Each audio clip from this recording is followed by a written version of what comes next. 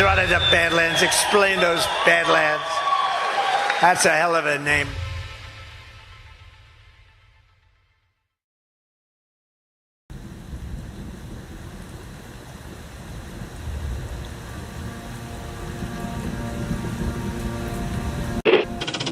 Mr. Vice President, I'm going off script again, I know, but I just want to personally thank you.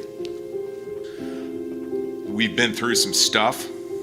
We've gone through some of the most complex military operations this country's ever conducted, and your steady hand and your leadership during those was a great source of strength for me.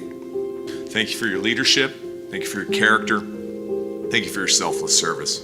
Thank you for commitment. Thank you for being a mentor to me, Mr. Vice President. It's called the swamp. And you know what happened? And you know what I did? A big favor. I caught the swamp. I caught them all. Let's see what happens. Nobody else could have done that but me. I caught all of this corruption that was going on, and nobody else could have done it. Did I get that one right?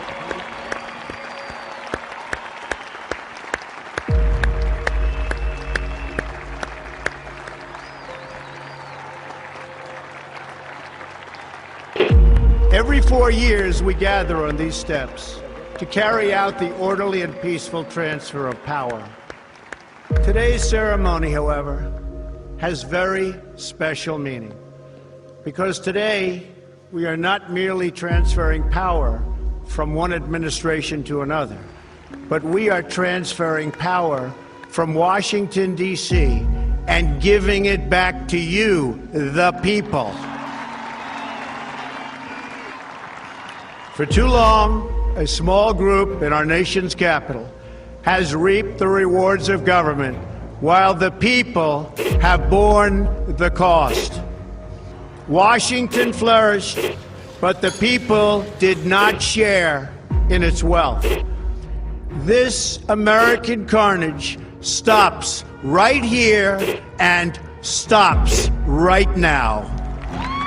The forgotten men and women of our country will be forgotten no longer. From this day forward, a new vision will govern our land. From this day forward, it's going to be only America first. This is a president of the United States who is a danger to the republic. America first. He knows he's an illegitimate president. The oath of office I take today is an oath of allegiance to all Americans. The great Trump recovery. America will never be a socialist country. I will fight for you with every breath in my body. Russia, Russian, pro-Russian, Russian, Russia, Russian, Russian, Russian, the Russians. Russian. Russia, Russia, Russia. And I will never, ever let you down. A dangerous virus is spreading rapidly in China, and U.S. officials are very worried that it could come here. This is really the worst attack we've ever had. This is worse than Pearl Harbor. This is worse than the World Trade Center. There's never been an attack like this. The time for empty talk is over. Now arrives the hour of action. What they're doing is using COVID to steal an election. Together, we will make America strong again. You know what it's about? Fraud, fake ballots. We will make America wealthy again. They are trying to steal the election. Now, under the leadership of President Trump, we are fully realizing President Kennedy's prescient view of Special Operations Forces. We will make America proud again. And watch, please, those mail-in ballots. We will make America safe again. And in millions and millions of ballots, their vote is under what they thought they needed. They're dumping more ballots in there, okay? And yes, together, we will make America great again. Thank you. God bless you. If we are right about the fraud, Joe Biden can't be president. Congress, the chair declares the joint session dissolved.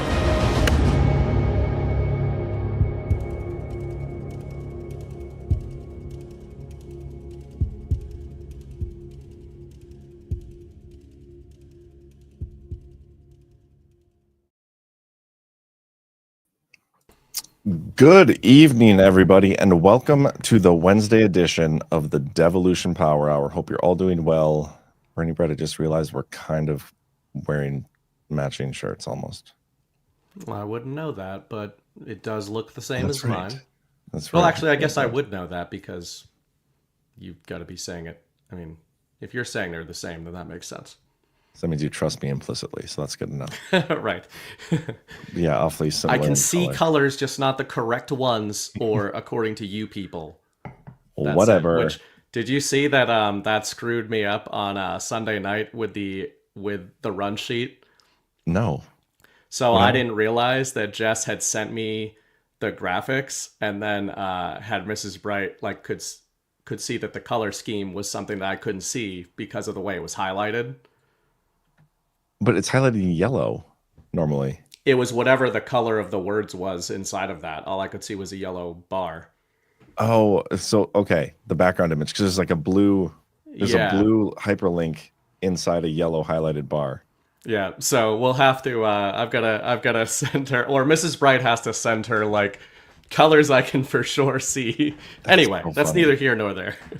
Anyway, well, how you doing otherwise?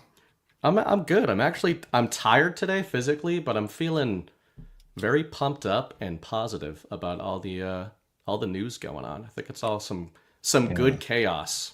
Yeah, I was gonna say you look a little tired and weak, mostly weak, but yeah. Well, it's the old lime, you know, a mix of the color blindness and the lime. It'll get you. It's quite a combo. Oh, funny. Yeah, tonight's show is going to be, I think, jam-packed. Most of you who are tuning in probably know that last Saturday when we did the Power Hour, we had pre-recorded it, so we did not get to discuss the Kash Patel news. So we're going to discuss that tonight. But before we even get there, we have so much more to get through. We're going to talk about some Bitcoin stuff real briefly. There was a Twitter comment I had today. It's like, please don't talk about Bitcoin the entire show tonight. And I don't plan on it, but we have to mention it. We also got Trump trolling Canada a little bit. We'll talk a little bit about Trump's appointments and why we're seeing the effects of not exposing and fixing the election system, because Congress is basically stonewalling some of these picks and derailing some of these picks. Maybe Trump doesn't care and he's exposing these people, but we'll get into that. We're also going to talk about the pardon stuff. And after all that, that's when we'll segue into the Kash Patel stuff. We're going to go like all the way back to the beginning of why I even chose Patel Patriot, and then the whole saga of... We're going to go back to why Cash's parents named him after John's pseudonym in the info war. Dude, there was even a guy on Twitter, like some troll account with last name was Patel, and he was like, when my son Kash Patel was young, him and Vivek Ramaswamy used to play together in the playground, and now they're like now they're both in Trump's administration. It was clearly like a troll, and everybody was falling for like, oh my god, what a heartwarming story. I should find a very racist troll, but very funny. But it almost like proved my point that, you know, hey, there's a very common name out there in Patel. But no, we'll get into all that. I do want to find this though, because it's so funny. Mrs. Bright still cracks up that you are in my phone as Patel Patriot. So when I screen your texts and don't respond to them, they'll come up on the car if we're driving. It'll be Patel Patriot. She's like, why do you still have him then? I'm like, that's his name. That's what I go by. But my real name is John. You could put me as that in your phone. Well, what the hell? Now I can't find this damn thing. It's just tons so of funny. Johns. Johns are a dime a dozen. Patel is the most common Indian name in the world. At least in America, I'm pretty sure. Right. What the? Oh, here we go. This one. Let me share my screen. Okay, see this? Dr. Parikh Patel. When Kashu and Vivek were small, they would play together in the parking lot while I was working in the motel. Now Kashu is director of the FBI and Vivek is helping clean the government with Doge. So proud of my son and his friends. Even the way it's worded, he's cleaning the government with Doge. It's that image. It's not the only one of Kash, but man, I gotta say, I don't mean this as an insult. I mean it as a compliment. He's got the crazy eyes down. Like he's got the I will find you sort of stare down, and I feel like that was intentional. Well, there's this this account's a good follow too, Autism Capital. Like before the Mike Benz podcast on Joe Rogan and then afterwards. Like the Fucked you up. Anyway, we'll get to our sponsors quick, and then nice Rumble Rant Micro Tool Maker. Thank you. Yeah, thanks. Merry Christmas. Merry Christmas to you too. I just strung the lights on the bright Christmas tree. Nice. It was a catastrophe setting it up a couple of days ago. At first, it was Chevy Chase style, where it fell down out of the spikes 3 times. Luckily, Mrs. Bright wasn't there for all of the Irish swearing that took place, but I told her. What? Yeah, I do a real tree. Yeah, that's fair. I like the vibe. I grew up with a real tree, so I just can't. I get the fake tree thing, but once we got a house, I like the. I don't know, just the smell. Like you walk into the room and you can smell the Christmas season. Have you heard of candles? I don't like candles. They give me a headache. But Christmas tree smells don't? No, it's great. No, I agree. I like real trees, but it's a lot of work. Yeah, it's a lot of work. Maybe someday when you have kids, you will change your mind on that. But I got a tree this year, new house, whatever, first Christmas here, and I got one of the ones that are like painted snowy, and it's literally like sprayed foam on there, and it comes off just if you slightly blow on it, like you whisper on it, and it all falls off, and it's just messier than anything I could have imagined. So yeah. See, whatever. I feel like the plan for people who buy the fake trees is like, well, I'm going to keep using this one every year. And then inevitably, when you pack it away, you will destroy it and buy a new one every 1 or 2 years from then on. Yeah, I mean, that probably does happen to some people. My parents actually just had to buy a new fake tree, but they used that one for like years. So whatever. Christmas, 'tis the season. Let's get to our sponsors, and then we'll get into some actual content here. Let's start it off with Mid-Atlantic Business Alliance. Our good friends, Mr. David Becker, comes to every GART. Love seeing him. Big member of this community. Are you paying too much for your health insurance? Fall is the time of open enrollment, and also when insurance companies send out their annual rate increases. For many, the high cost of medical insurance is about to get even worse. David Becker and his son, Jesse, of Mid-Atlantic Business Alliance are here to help you get the best possible PPO insurance coverage at affordable rates. If you think the cost of groceries has exploded, you should see what the hospitals are charging these days. Without the proper PPO protection, you could be liable for tens of thousands of dollars in the event of a surgery or hospital stay. Since 1990, Mid-Atlantic Business Alliance has helped individuals and small businesses get access to nationwide PPOs, which cover both in-network and out-of-network charges in every state. All Cigna PPOs now come with full concierge benefits. If you are stuck paying for your own medical insurance, call David for a free quote at 609-577-8557. You can also visit badlandsmedia.tv/Becker. I realized as I was leaving Myrtle Beach that I barely interacted with David Becker this time. There was just so many people. It was great, but maybe he's just all over the place too. Like he's a very popular guy at those things. He's quick. He kind of does the Chris Paul thing where he can sort of phase shift in and out of rooms. Yeah. Speaking of insurance, did you see the guy that got like assassinated? Yep. In New York? And it's almost unbelievable. It's completely crazy. I mean, I saw the video of it where I think it was broad daylight, early morning. Well, I mean, it's definitely dark outside. And then was it dark as in it was too early to be light out yet? Because I think it was like midnight. There was just like street lights. Oh, really? Yeah. Well, it was strange. It was strange because I mean, obviously the narrative is that the guy was using a silencer, so it was a hit, right? Like you don't really see that on mainstream narrative a lot. You see conspiracy theorists claiming things are hits, but man, if that doesn't look like an assassin with a fucking silencer walking up to somebody, I don't know what would. And then most surveilled city in the United States, and they can't find the guy. Last I checked, anyway, they couldn't find the guy. So well, there's some interesting things on that. Well, here let's I guess I have the video. So if you might not want to play it. I don't know. Some people might not want to see somebody get killed. Okay, close your eyes if you don't want to see this guy get killed. I just want to show a couple things to some people who are willing to watch. Right. But I'm sure everybody's seen this. I'll tell you if you're watching when it's safe to watch again. Yeah, and okay, it might have been day. I don't know. It looks nighttime out to me. It doesn't matter, I guess. But I think it was early morning. Either way, whatever. Gets shot. That one hits him in the leg. And then he gets, there's issues with the gun. There's all sorts of weird like speculation about what happened here. But the craziest part about the story, in my opinion, I mean, outside of the assassination attempt here, or I guess assassination, he died, right? Yeah.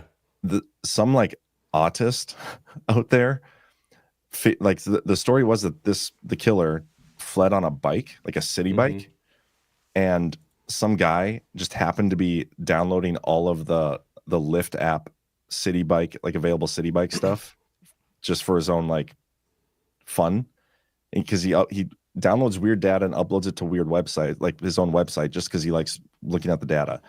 And he was able to track down the only bike that left this area at this time, and so like they were able to figure out at least where the bike started at and where it ended at, and based on surveillance imagery, I'm sure they'll figure it out. I'm sure we'll get a name on what happened here soon, but yeah, and the whole thing that this is why people you can look now again, everybody. People get upset when talk about when we doubt things. I'm not doubting that event occurred. It's more so, it's the actuals can also seed narrative. Real things can also seed narratives, and I think obviously if you're watching the show and if you know about this news, you've probably seen 12 hours worth of conspiracy theorizing about it. That all is interesting stuff. The guy's at a major health insurance conference.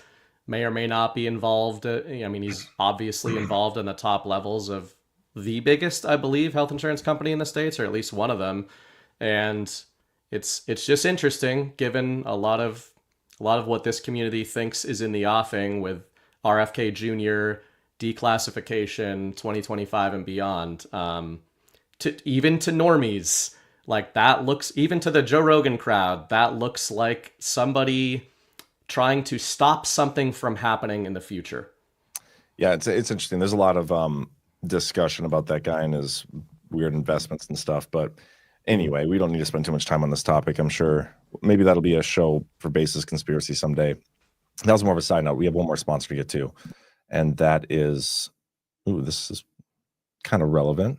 So if you want to keep the assassins away from your home, got a new sponsor in Safe Streets Home Security. Attention homeowners, secure your home with Safe Streets, brought to you by fellow Badlander Steve from Advanced Home Pros.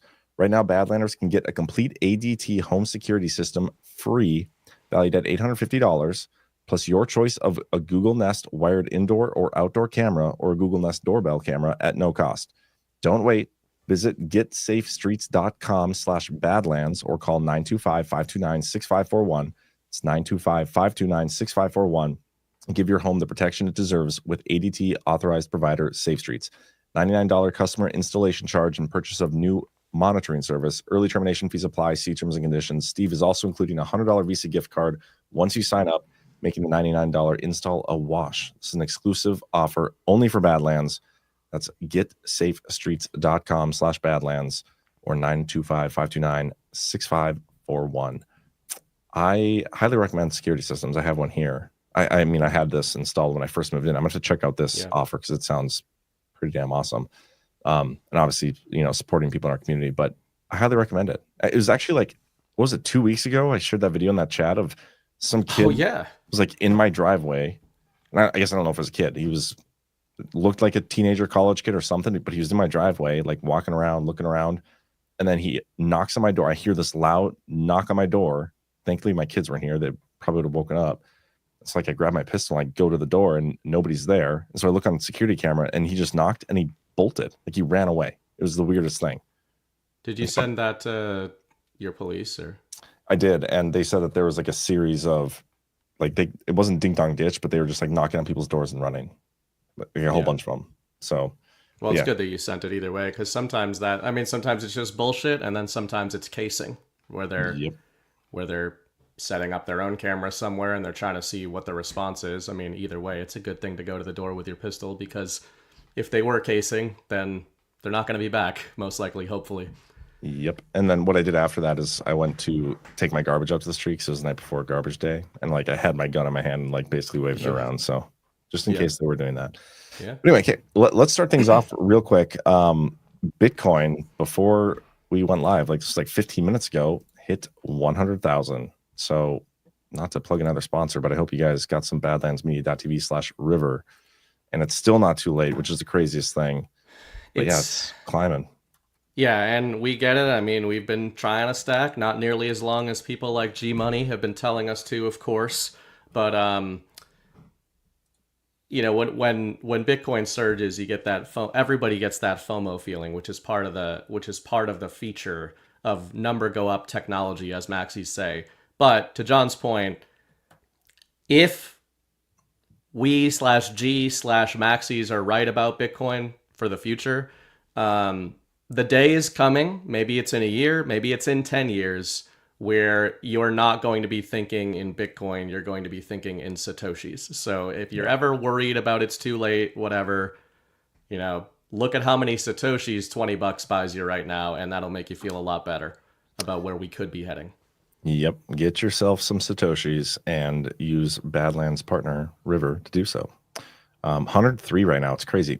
We've been waiting for like months for it to get to 100, and then it gets there and it just like keeps going. We'll see. Funny they talk about those like psychological resistance levels. All of a sudden, it does something. It's like when people in the Olympics break a record. Somebody breaks a record, and then the next year, 3 people break it.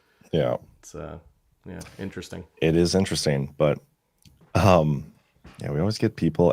I know people like XRP too. I own a little bit as well. You never know, but right now, Bitcoin's all the buzz. Okay, let's talk about Trump trolling Canada real quick too, because this was hilarious. And I know you guys. Mrs. Bright is in the chat, so she's a reformed Canadian. Well, there's a few funny things about it. So the story is, Trudeau came to Mar-a-Lago, and let me play this video because this is better than anything I could describe it as. Here we go.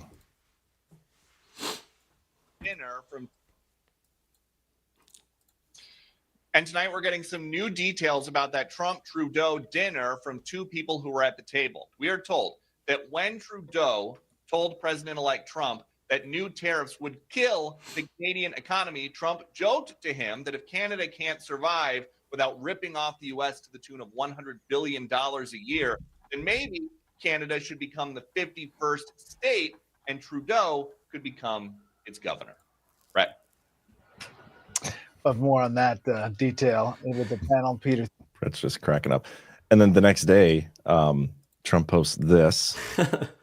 Amazing. Oh, I mean, it's Canada. Yeah, this is near and dear to my heart, obviously. But it's if people watch the Sicario episode of Story Hour, I talked about it there. But I know he is trolling. Yes, he's trolling. 100%.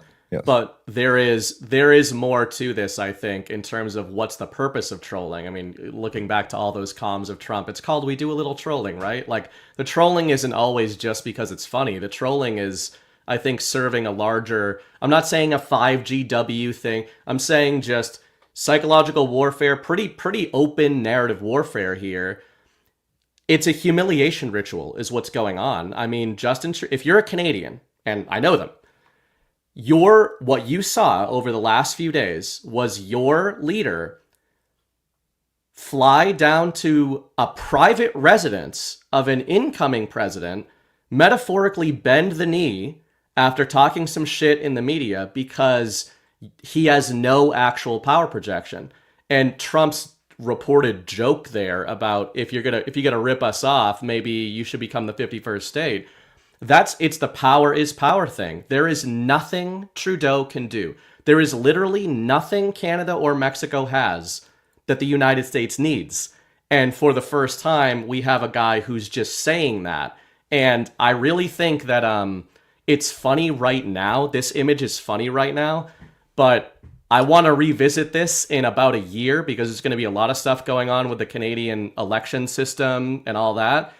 And I don't think this is going to be funny to Canadians in 6 months or a year. I think they're going to be looking back at this and going, Jesus, maybe we should take Trump up on his jokey offer. And tangential to this, I think it's pretty interesting that the government of France just lost its mandate basically today. Their parliament, their prime minister is effectively a lame duck. They've got no power projection. You've got Germany, which is openly talking about banning the equivalent of the MAGA party there because it's getting too big. So, man, there is some really... While Trump is riding this American populist wave into his strongest mandate ever, we've got globalists around the world just hemorrhaging support and basically being humiliated by him. Yeah, I look at this and I think it's So I mean, everything you said is right. It's true. Eventually, Canada's going to wish. I mean, Canada's probably already do. Canadians wish that they were, Americans, part of America, whatever. But to me, this is trolling. He made that comment, and the media went nuts over this. Like Fox News was laughing, and everybody else thinks it's a joke. But then the leftist media was like, thought Trump was being serious, and they were freaking out in the wrong direction over this. And so then when Trump sees that, he does what he always does, and he leans into it to get them to freak out even more. There was some funny stuff like I think it was the Babylon Bee today who had that post. Where was it? Hold on, I posted about this too. It's so funny. Here, Trump announces plan to annex Canada and rename it Gay North Dakota. So nice little shout out. I still think Northest Dakota is more fitting, but no, I don't think Canada is ever going to become the actual 51st state. But this is Trump basically. Oh, come on, Ash. You gave me these powers, man. How dare you? I'm going to try not to abuse them, but sorry, continue. I hope you guys enjoyed the first and only show of Alphas Make Sandwiches, because it's never airing again for that blatant disrespect Ash just showed. No, you're right in terms of it's a troll and everything. And again, I'm really not trying to say this is a 5D chess move. I just mean trolling can have this kind of trolling, I think, is going to become even more humiliating in the future, because I really do think, unfortunately, compared to some of the stuff we think has gotten bad in the US over the Biden term, I genuinely believe things are going to get much, much worse in some of these other countries. And the reason I say that, even thinking there's a lot of planning going on by patriots, including internationally, I do think the awakening spreads worldwide. I've spoken to more Canadians than most people over the last 10 years, and man, they do not get, a lot of them do not get it. Just like a lot of Australians, like they don't get the relationship between governments and people. Some do, but how do you get them to get that? I kind of think they're going to have to go through something even bigger than the whole Biden humiliation. I think it's going to be a little more intense up there. Yeah, I agree with you. I just don't think this is like Trump signaling to anything more than just like making fun of Canada. Maybe eventually, we'll see where things are at in about a year, because I think you're right. But it's not on us. Like, we have to fix our own problems before we. Oh yeah, for sure. And we have to buy Greenland first before we bring Canada in. I will not allow Canada to be 51st state before Greenland. I threw my hat in the ring to Trump and Scavino. I guess I should have tagged Scavino as interim prime minister if they want to hold off on the 51st state thing. Like, let's try, like the Bruins fired their coach a couple weeks ago. You don't just hire a new head coach halfway through the season. And maybe I won't work out, but sometimes you get a guy, sometimes you just boost up the interim and maybe it works out. I'll try to turn the ship back around. Just, But you're not Canadian. I mean, I rewilded one successfully. I'd vote for Miss Bright to be prime minister. Yeah, that's a good op. I can be first interim prime husband, I think would be that'd be the official title. Name. Yep. I'm for it. No, but yeah, this is funny. I mean, more foreign leaders are like looking to Trump bending the knee. Biden's making a fool of himself right now, which I don't want to quite get to the pardoning stuff. Yeah. But yeah, let's skip. Shoot. No, let's do this in order. Let's talk about Trump's appointments right now. Besides Kash Patel, like the Hegseth one is the one that's really coming to mind, and then also the Matt Gaetz one, because what we saw with Matt Gaetz is he was a pick that when he was first named AG, everybody was very excited about him, and like even myself, I was like, he wasn't even on my radar, and then all of a sudden he was the pick I was most excited about, because again, this is before Kash Patel was named, and then it seemed like they successfully removed a Trump pick. Now, did Trump know that was going to happen? Maybe. Is that the reason he did it? Maybe. I don't know. But it seemed like they were successful in preventing one of Trump's picks from being appointed. He wasn't going to get approval in the Senate. Okay. And it is weird that he's decided he's not even going to run for Congress again. So whatever role he's going to get, who knows? Right. But so now we have Hegseth, the Secretary of Defense pick. He's probably the one I was second most excited about after figuring out who it was. I was hoping for Chris Miller, because if you remember, it was like a year ago, Trump was doing an interview with somebody talking about future cabinet picks, and the guy who was interviewing him listed like 5 people for potential Secretary of Defense. And then Trump's like, yeah, those are all good guys. And Chris Miller, like Trump brought up Chris Miller again as a potential Secretary of Defense pick. To me, that was a huge signal. Like, okay, Chris Miller's got a role. But then it's not him. It was Hegseth, who I think he's a good pick. But what the media is doing to him, they're using anonymous source bullshit stories. They're basically giving him the Kavanaugh treatment. Yeah. And they're trying to use that to get rid of him. Does that mean they're afraid of him? Probably. Like, whatever the reason is, I think he'd actually be a really good pick. But because we have a Senate that we don't fully control, in my opinion, like we can't trust that they're going to actually put forth the Trump agenda. If they don't want some of these appointments to go through, they can prevent them from going through. And they've proven that already with 1.5 picks so far. Hegseth's like on the fence. He's not bowing out. It seems like people are understanding the story's bullshit, but they haven't voted on it yet. So we don't know if he's going to get successfully approved in the Senate. So this comes back to what we said about the election fraud stuff. Like Trump allegedly got this huge mandate, and he did. He had the mandate already. Yeah. But his vote margin is down to like 2.4 million. They've stolen like 3 more Senate seats in California in the past like week. They finally finished counting. And then the Senate margin is not big enough to where we can be confident that Trump's picks are going to get through. And this is exactly why I said, like, they're giving it to Trump, but they're stealing everything else down ballot enough to stonewall him throughout his entire presidency. And so we still got to address that situation. But man, I don't know. There's a whole aspect of recess appointments we could be looking at. Mm-hmm. But right now, it doesn't seem like Trump has full control over the picks that he wants to get in there, getting in there. Now, we could argue there's 5D chess going on, and who knows? But surface level observation, the Senate is like the super gay HR department for Trump right now. Well, this is really your territory, but I've certainly been thinking of it, especially with the Gates thing, but especially now that it's happening, that the same pattern, as you point out, seems to be in the offing for multiple picks. There was one, who was it that withdrew? DEA. DEA withdrew of their own accord. But, that's similar, like is basically narrative deployments forced them to remove themselves.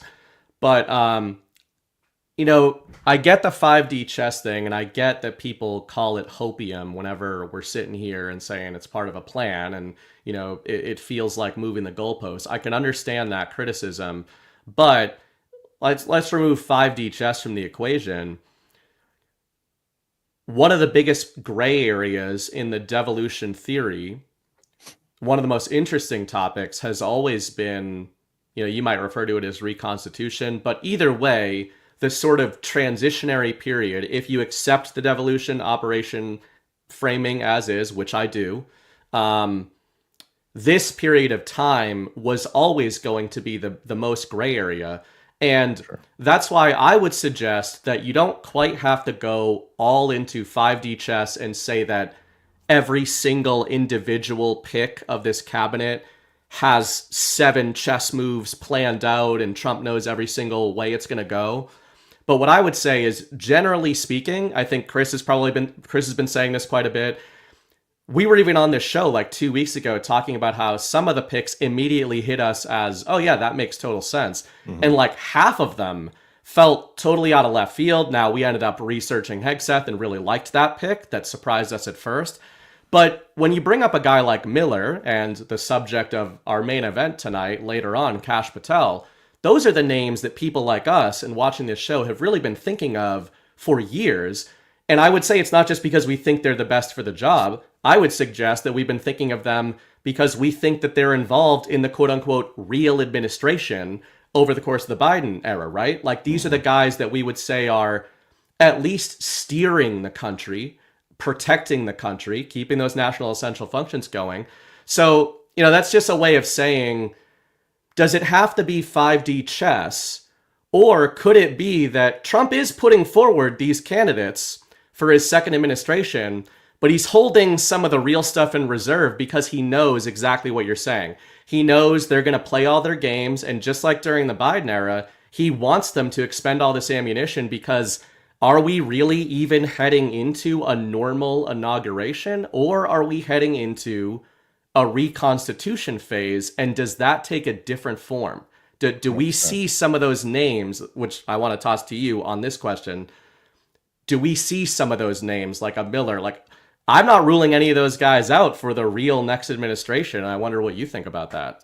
No, well, my understanding, again, this is the biggest question mark of this whole thing, is how does this unfold, and even when does it unfold, right? Because those are, you can look at something being implemented and see the evidence of it being implemented, but because none of us have like full details of what's going on, it's an open-ended question, right? To my understanding of how a continuity government plan would work is there's different phases of it, and the reconstitution phase has an entirely different team. Like, there's entirely different people there at the, once the event concludes, they're the ones that kind of take you from there, right? Yeah. And he could be shaping it up that way, and that might be what we're seeing here. But that doesn't mean that Chris Miller is necessarily done behind the scenes. I don't know. Like, that's an interesting question and concept. I still fully expect Chris Miller to have some role. I guess the question is, do you think it's going to be public, right? So when you say reconstitution and that team, and I know these are hypotheticals, but when you say like a reconstitution team would basically carry the ball forward, in your mind, would that mean that reconstitution team is who you're considering the second admin, the cabinet picks, etc., or is it the people who are setting the new government in place? No, I would consider it to be the second administration, because the definition of reconstitution, which I'm trying to pull up here to show you, and did we cover it on last Wednesday's show, or did we cover it on, was it on a Saturday? I don't remember, but here's the definition. So we can learn this together. Provides reconstitution, provide the organization's plan and procedures and responsibilities for reconstitution of staff, facilities, and systems to resume normal operations. This isn't necessarily the definition I'm looking for here. Hold on, let me see if there's more. Here we go. Actions taken to reestablish an organization or the capabilities of an organization that have been destroyed or severely damaged. Also refers to the period in the post-attack environment when military activities reestablish non-critical missions, functions, organizations, resources, and services as they existed prior to the crisis event. Reconstitution is a combination of personnel, facilities, and IT systems and equipment actions taken to rebuild or replace the staff, facilities, and communications and IT capabilities as soon as possible after an event.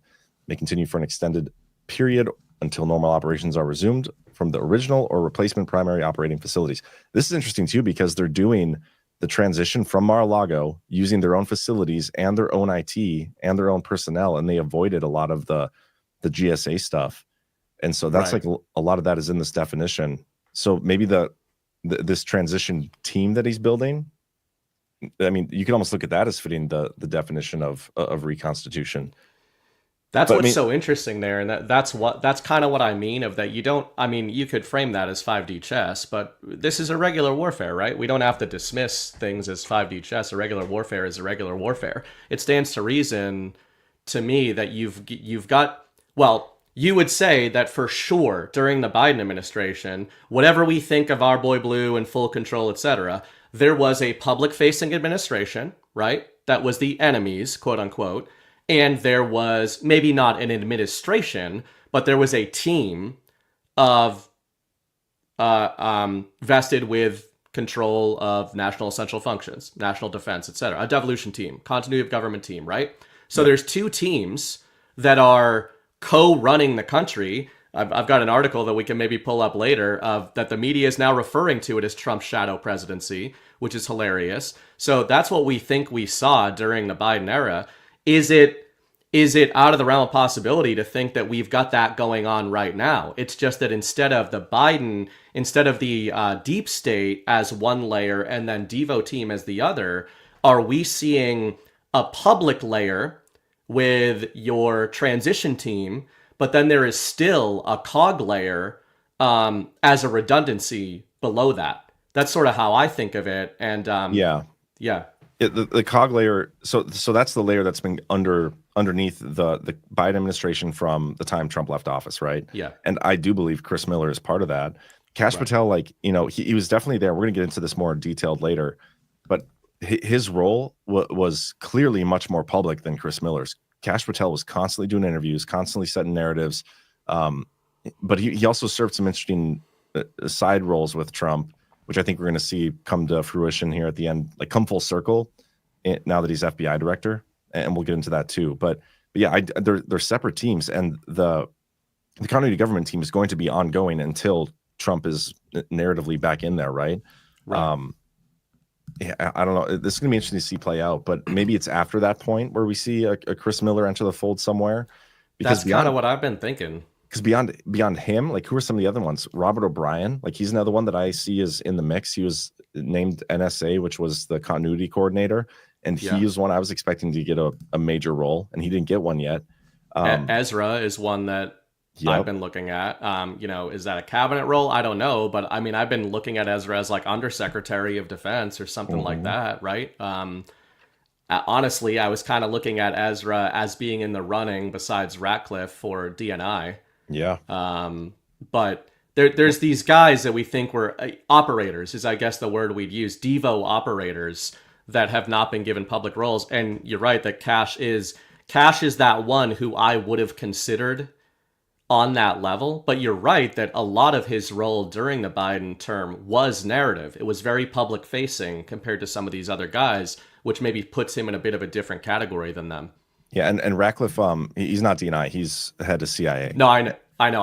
I thought that he might be DNI again. Gotcha. So it's Tulsi who got that, but right. But then there's also the aspect of this too with these appointments that, and we've mentioned Chris a few times, but he again, I think very accurately talks about this when he says we don't know if any of these agencies are even going to exist by the time Trump's first 10 months are over with, 12 months, 18 months, whatever it is. Yeah. And so does it really matter if you put somebody in there like that? But what I'm keying in on though, mostly with this stuff outside of the devolution, I know it's the devolution power hour, but outside of that, it's the way that the Senate seems to be manhandling Trump's appointment picks. Like they're the ones that get to choose it. And that's the part that Trump knew this would happen, and he obviously knows there's election fraud, and if it was exposed at a certain point, it probably could have been prevented. So I do believe there's a reason it hasn't been exposed yet, but it is kind of frustrating to see Lindsey Graham determine who is going to be in Trump's next administration. And I think that's a flaw in our system.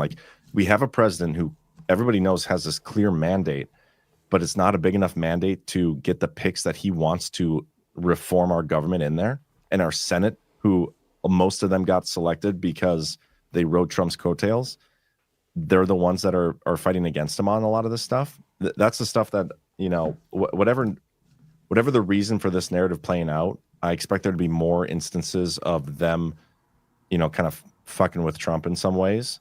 And I'm curious to see how that plays out. And if it happens like a Matt Gaetz, maybe Matt Gaetz was never meant to have the AG, and it was just so that, hey, we're going to show you once how the Senate can, blow up one of Trump's picks. And then Hegseth again, are there going to be more of these instances where Trump can't get his picks through? And then does it come to the recess appointment stuff? We don't know. There's still a lot of time left before any of this takes place. What are we, 50 some days, 40 some days now from?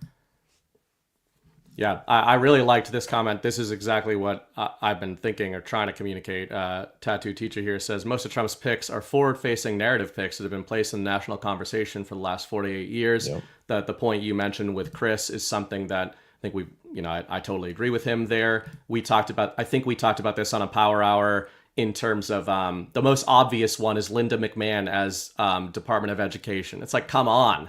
There isn't a normie on either side of the zeitgeist, never mind an anon, that thinks Linda McMahon is going to be reforming American public education. It's absolutely ridiculous. That's why I'd said it was she's taking the steel chair from the third rope to the Department of Education. That's the one that's the most obvious. But along the lines of what Teacher is saying there, this may seem like a stretch, but for some reason it hit me. The wording Trump used amidst his flurry of picks on Peter Navarro, I found really interesting. Great. So he says here, he introduces Navarro. Then he says, senior counselor position leverages Peter's broad range of White House experience while harnessing his extensive policy, analytic, and media skills.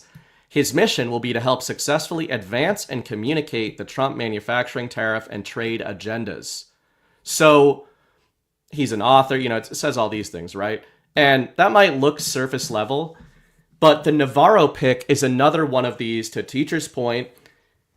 These were the guys that were forward facing in the narrative, just going to war with deep state narrative throughout the Biden era. From Steve Bannon to Navarro to Kash Patel, Hegseth, who was literally a show host, Tulsi Gabbard. Like, these are super public figures. Matt Gaetz, obviously, as you just mentioned, probably the most bombastic of any of these people with the biggest name.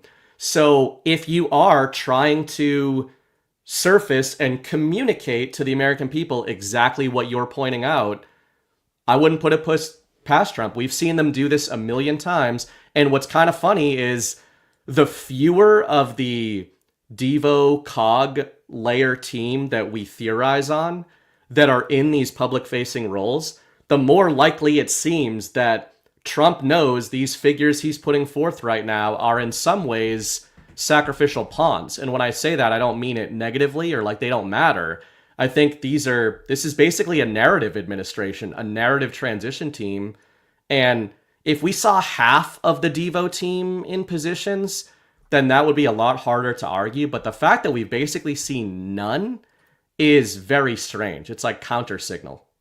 Yeah, it's weird. And to me, it's the more we see, big key names from the Devo term not being used, then it's definitely the reconstitution team that is being built here. So we'll keep an eye on it. We'll see how this plays out. We'll see if Hegseth does seem like he's safe now. It sounds like he's got the picks after whatever happened today, but I think he just went on a couple talk shows and met with a bunch of senators, and now he's got their confidence that he's not an alcoholic or whatever. It's so stupid. Yeah. But we'll see how it plays out. But Hummer I just wanted to correct myself from earlier. Hummer pointed out the DEA pick. Trump says he took that pick back rather than them withdrawing. Yeah. Either way, I can't remember his issue. He was something with having to do with COVID. Like he was very strict and stern on a lot of that stuff. And anyway, it's gonna be interesting. The next 47 days I saw in the chat. So that's a long time. There's so much more that can happen. Yeah.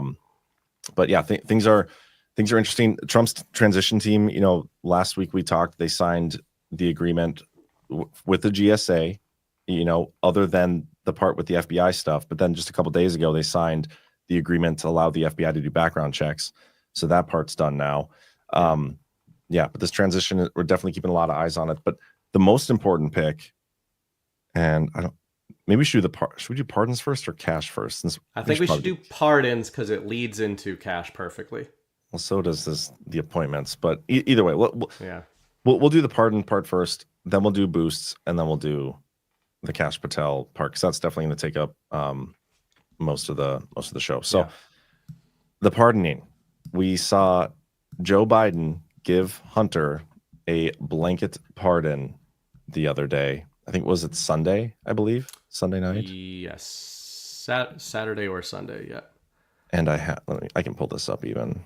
The actual what he says here. I won't read the. Whoops, that's not what I meant to do. Here we go. Today, I signed a pardon for my son Hunter. From the day I took office, I said I would not interfere with the Justice Department's decision-making, and I kept my word, even as I have watched my son being selectively and unfairly prosecuted without aggravating factors like use in a crime, multiple purchases, or buying a weapon as a straw purchaser.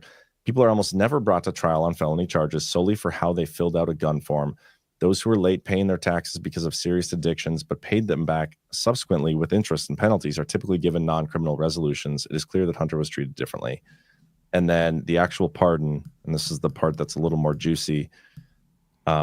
Robert Hunter Biden gets a full and unconditional pardon for those offenses against the United States which he has committed or may have committed or taken part in during the period from January 1st, 2014 through December 1st, 2024, including but not limited to all offenses charged or prosecuted, including any that have resulted in convictions by Special Counsel David Weiss.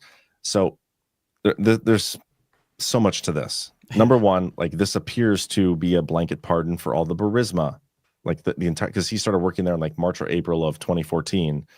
And so did Joe just give Hunter a pardon for all that activity? It does appear that way. Specifically with the Hunter Biden case, there's been some interesting things. Biden's team came in and wanted to get the whole case thrown out. So their lawyers dropped this filing. They want the whole case thrown out. David Weiss came in and said, well, yes, you're going to get a pardon, but that doesn't make the crimes go away. So like you shouldn't toss the case. The judge came in and basically said, yeah, this is bullshit. What Joe said, the whole pardon thing is kind of bullshit. And you did commit these crimes and you haven't gotten, unfair treatment. And so we will stop the sentencing proceedings until I actually get the proper filing from the president, because it does appear that he's going through with this. But you are still guilty of these crimes, and we will not be dropping the case or throwing it out. So I thought that was interesting.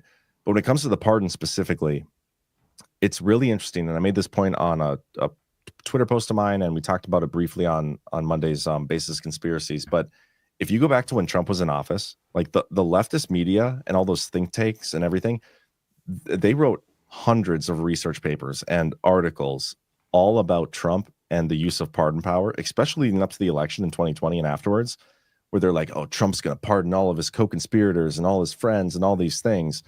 And they wrote just so much research about how that is unconstitutional. And the president doesn't have the authority to do that, because if Trump had committed actual crimes and these people helped him in those crimes, you can't pardon those, because that's basically a self-serving pardon. And so if what we believe to be true about the Hunter Biden situation and Burisma and the name peddling and all that stuff, then that appears to be what Joe just did. And there's all sorts of research out there and legal analysts saying what Joe just did is unconstitutional. So let's stop there before we get to the other pardons. And I want to get your thoughts on this. Yeah, I mean, the last point you just made there, the constitutionality or lack thereof, especially as we get to the other pardons, is a big, more than an open question. But it is, even with the Hunter case, can you retroactively pardon somebody, especially when it's self-serving? This is stuff we've talked about on the Power Hour for a couple of years, going back to precedents set, or rather, the precedent was set a long time ago, but the way pardon power was used by Bill Clinton, I think, somewhat infamously, and Barack Obama to a slightly lesser extent.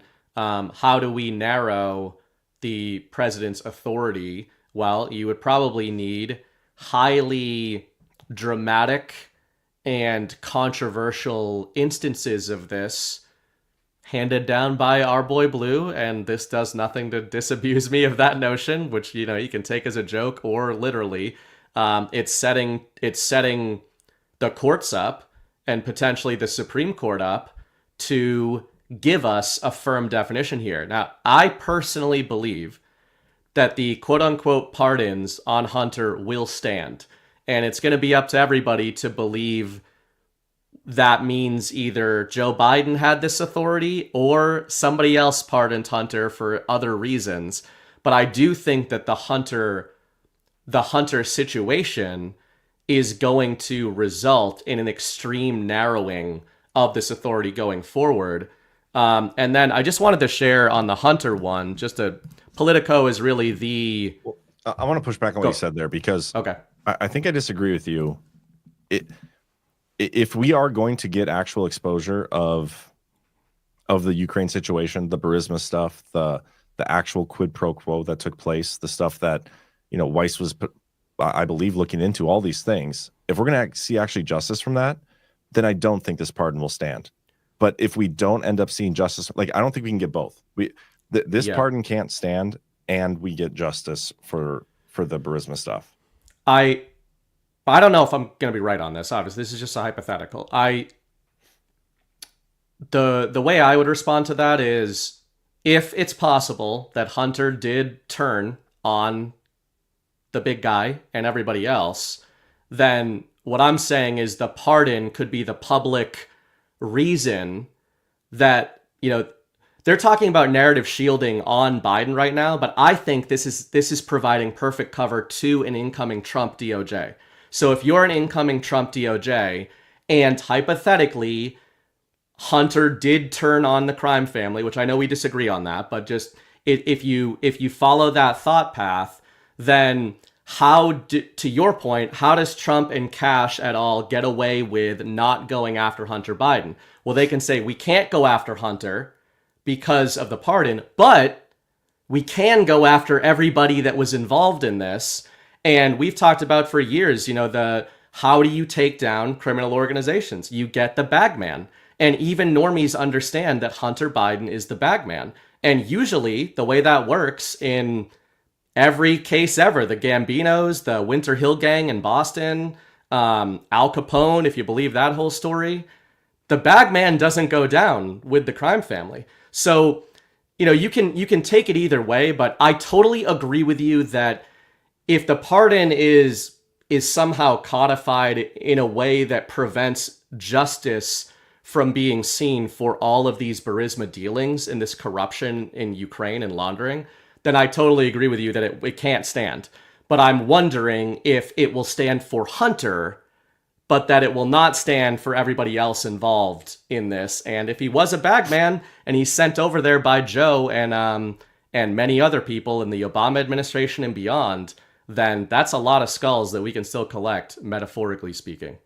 Yes. I think where I'm just not okay with it. Well, we've had this debate so many times. I still think there's actually no evidence of Hunter being or having flipped. It's speculation. I get it. And it's not that it's not plausible. It definitely is plausible and possible that it's happened. I don't think it has. And especially if some of the stuff on that laptop are true, where he's done like the shit to kids that we think he has, like, I don't want this guy to have a pardon. Fuck that. And I don't think that the white hats that I think we have, running the show, I don't think they would allow that either. Otherwise, they're not the white hats I thought they were. But if Joe Biden, if the crimes are actually there and like we think they are, and he gets impeached, then what does that mean to, like, impeached after the fact? Then what does that mean for his pardon power and the pardons that he issued? Yeah. And maybe it goes away that way. We don't know. We don't know how this is going to play out. But in terms of him even trying to issue this, whether it stands or not, that's all the narrative shielding that the incoming administration needs. It doesn't matter whether it sticks. They tried to do it. Now they have the narrative shielding to pardon J6ers that may have been innocent. They have they actually have the shielding to look into all this stuff, because it's basically signaling that hey, there's crimes here. Yeah, which is an even bigger point in the next topic on pardons, but on this one that sets me up perfectly for what I wanted to show. Couple of these Politico pieces, they're doing everything in their power, John, to not use the term narrative shielding, but they're using basically every other version of this that you possibly could. Biden just gave Trump a new pardon playbook. The president-elect gets new rationale for more expansive pardons. They've got a bunch of ways they say it here. Let me see. There was one. Does the pardon given by Joe to Hunter include the J6 hostages? This was the Trump thing, obviously. But Politico is admitting Trump doesn't really need excuses to act selfishly or vengefully, but this provides him one on a silver platter. It gives him greater leeway. It gives him, I saw, political cover was one of the words they used. And then just the headline on this one, Joe Biden's parting insult. The president delivered a vote of no confidence in a justice system preparing for siege. So to your point on the shielding for Trump and everything, which I do think I agree, that is the main point of this narrative, whatever ends up happening with Hunter. This is the point of it. And it's really, really bad for them when all of their headlines basically could have been our headlines. We were writing the same headlines. Like, this gives Trump the opportunity to do anything he wants with this pardon power, and the media is picking up on it, and they are not happy with it. Yeah, it's really perfect when you look at the full picture of things from Trump's first term, and if you think of that as like setting the table, not just for the devolution stuff, but all of the narrative warfare that went on from 2020 to 2024. Yeah. And think of the legal stuff too. Like, everything they threatened Trump would be in terms of a president, he wasn't. He didn't do any of the things that they said he was going to do. He didn't politically persecute his opponents. Like, he didn't, pardon all of his friends. The one pardon, or maybe the two pardons, but Flynn for sure, that was justified, especially if you actually studied that case at all. And but then Biden gets in there and he does politically persecute his opponent, like, baselessly on bullshit. and then he pardons his own son when there's actual crimes there and ongoing investigations too. So I'm curious to see. Yeah, that I just want to know. Like, I wish Weiss would come out with a report on what he's working on, or maybe he doesn't because they're not done. But there's no way that guy was there from when Trump left throughout the entirety of Biden's term, and we know for a fact he was working on other cases. We know for a fact, and that even came from the whistleblowers from the IRS. They said there were other cases. Right. We know there's more, and so it has to be into the money laundering, and maybe there's even more beyond that. But those can't be done. They can't be, because I do believe it touches Joe Biden, and that's why there was like an impeachment inquiry and all these other things. It can't be over with, and there's no way Trump, or there's also no way that Kash Patel would allow this to just disappear and ride off into the sunset like this. I don't think it'll happen. Actually, I also post about that. On your point too of the enemy, it goes back to the Q drop refrains, and then we've called it mirror theory. There's a pretty broad range of interpretation of what mirror theory means, but it's essentially what you're laying out there. Taking all the actuals aside, looking purely at the narrative here, Joe Biden is doing everything that the Trump movement said that he would do, and he's doing everything that they said Trump would do that he didn't. And now I would say also, kind of going back to the first topic tonight and projecting forward, heading into November 5th, you in particular were talking about, and Chris talking about all the ways in which they were going to try to prevent Trump from being inaugurated. And I would say this is signal to that. What you just laid out of Biden doing everything they accused Trump of is one of those theories we've had for a long, long time, that everything's going a little too smoothly for Trump, right? He's already operating as the commander-in-chief, essentially. He's meeting with foreign leaders. They're bending the knee to him. It's been too quiet besides the obfuscation and interference on the picks in Congress. So if you want to keep driving that narrative home that Biden is doing everything they said Trump was going to do, the ultimate version of that is January. And again, John and I don't believe that's going to be successful, but I absolutely believe more than ever now they are going to try that. They're going to try to, do anything in their power to stop his inauguration. And it's going to be funny to see what liberals and, Biden supporters think of that. Well, here, I just want to point something out here from Kash Patel. I'm not going to play this whole thing, but there is a podcast episode where he joined John Solomon, which this is interesting. I'll show you guys this later. But John Solomon and Kash Patel were both named as Trump's representatives to NARA for the classified document case in the middle of, I think it was 2021. Wow. And maybe even 2022. I don't remember when. Well, I'll show you exactly later. But they were both working hand in hand over that binder of Russiagate docs. But they say here in this podcast where they talk about Hunter Biden and the Biden family business dealings and the recent revelations about this, Kash Patel knows all the details of what Hunter and Joe were doing. And so with that being said, if you think this story is over, if you think this pardon covers it and ends this story, it doesn't. Like, there is more to come when Kash gets in there. I can't freaking wait. Yeah.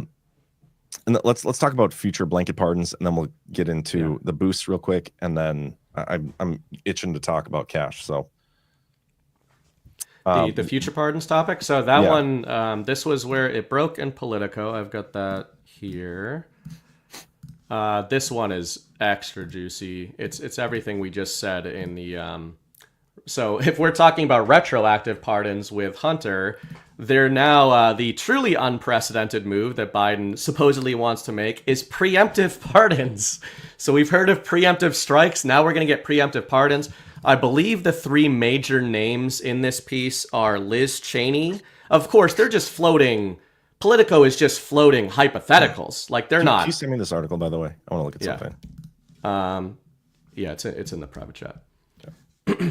So Cheney, let me just make sure I'm not making that up. Liz Cheney is one they mentioned who could be in the running for a pardon. I believe Adam Schiff, is another one. And then Fauci was particularly Jimmy rustling for me. So my big takeaway from this, I said to John, there's the obvious, like everything we just said about how bad narratively the Hunter pardon is. This is times a million. So, go ahead. So before you make your point, I just want to point out that this is just according to senior Democrats familiar with the discussion. So this could be a totally made up narrative being planted. Like Liz Cheney and these people could have came and like, hey, Politico, can you write an article where it says that he's considering this stuff just to like plan it out there so that maybe he'll do it for us? It might not actually be being discussed at all, but somebody wants it.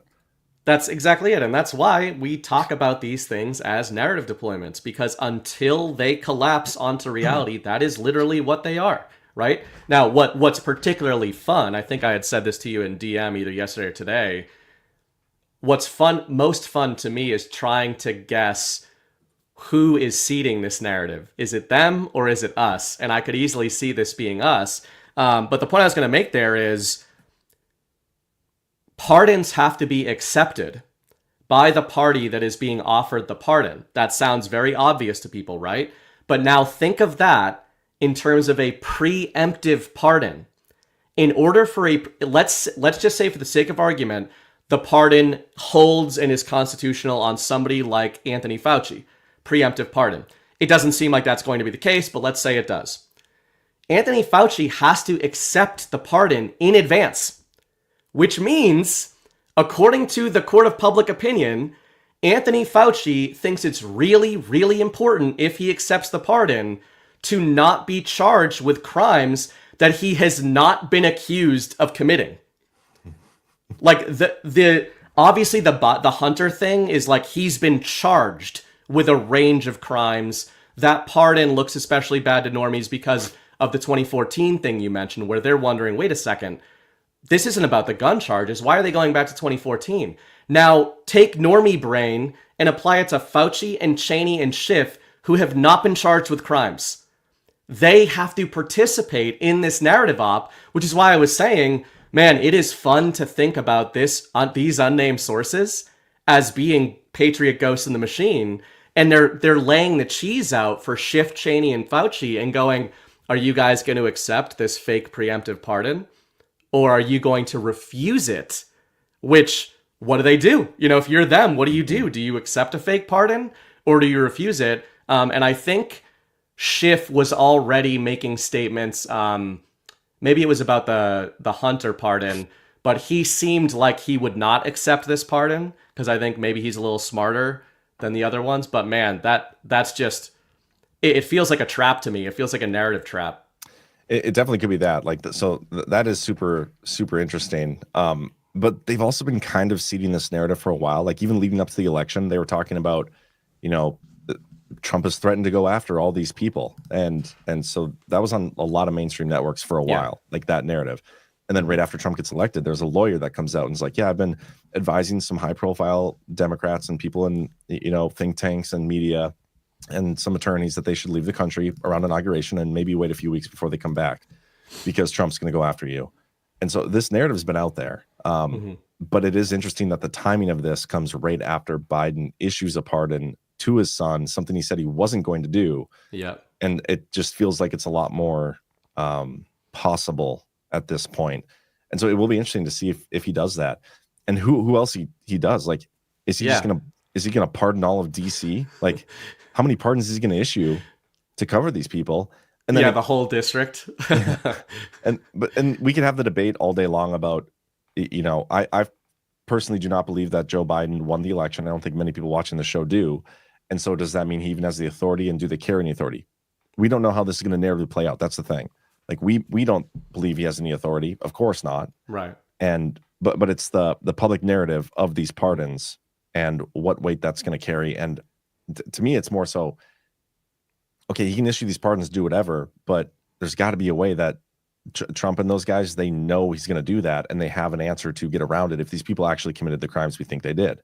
And that a lot of that comes down to delegitimizing or making Joe, impeach. Like Joe needs to be impeached, either narratively, even though he doesn't have the authority in the first place. But it centers on Joe Biden. It is either him being delegitimized by proving the 2020 election was fake and stolen and all that bullshit, or they're gonna have to go through a whole impeachment process and show all the crimes to everybody, and then delegitimize them that way and take away the authority, and then the pardons go away. I don't know which way it's going to go. Probably the impeachment way, but who knows? another way to frame this, if you sometimes just put it into very, very layman's normie terms, if you call your local police department and inform them that you did not kill anybody and bury them in your backyard, and you have never had any dealings with your local police department, are they just going to hang up the phone? Or are they going to file a report immediately and send somebody to your house? I just want you to know I didn't murder my spouse. Like, and I know it's so simple, but it's like, this is what they're doing to, like, do you think Fauci and Cheney and Schiff were happy to see this headline? No way. And I think there was a lot of initial reaction from MAGA because we think these people are criminals. Everything you just said.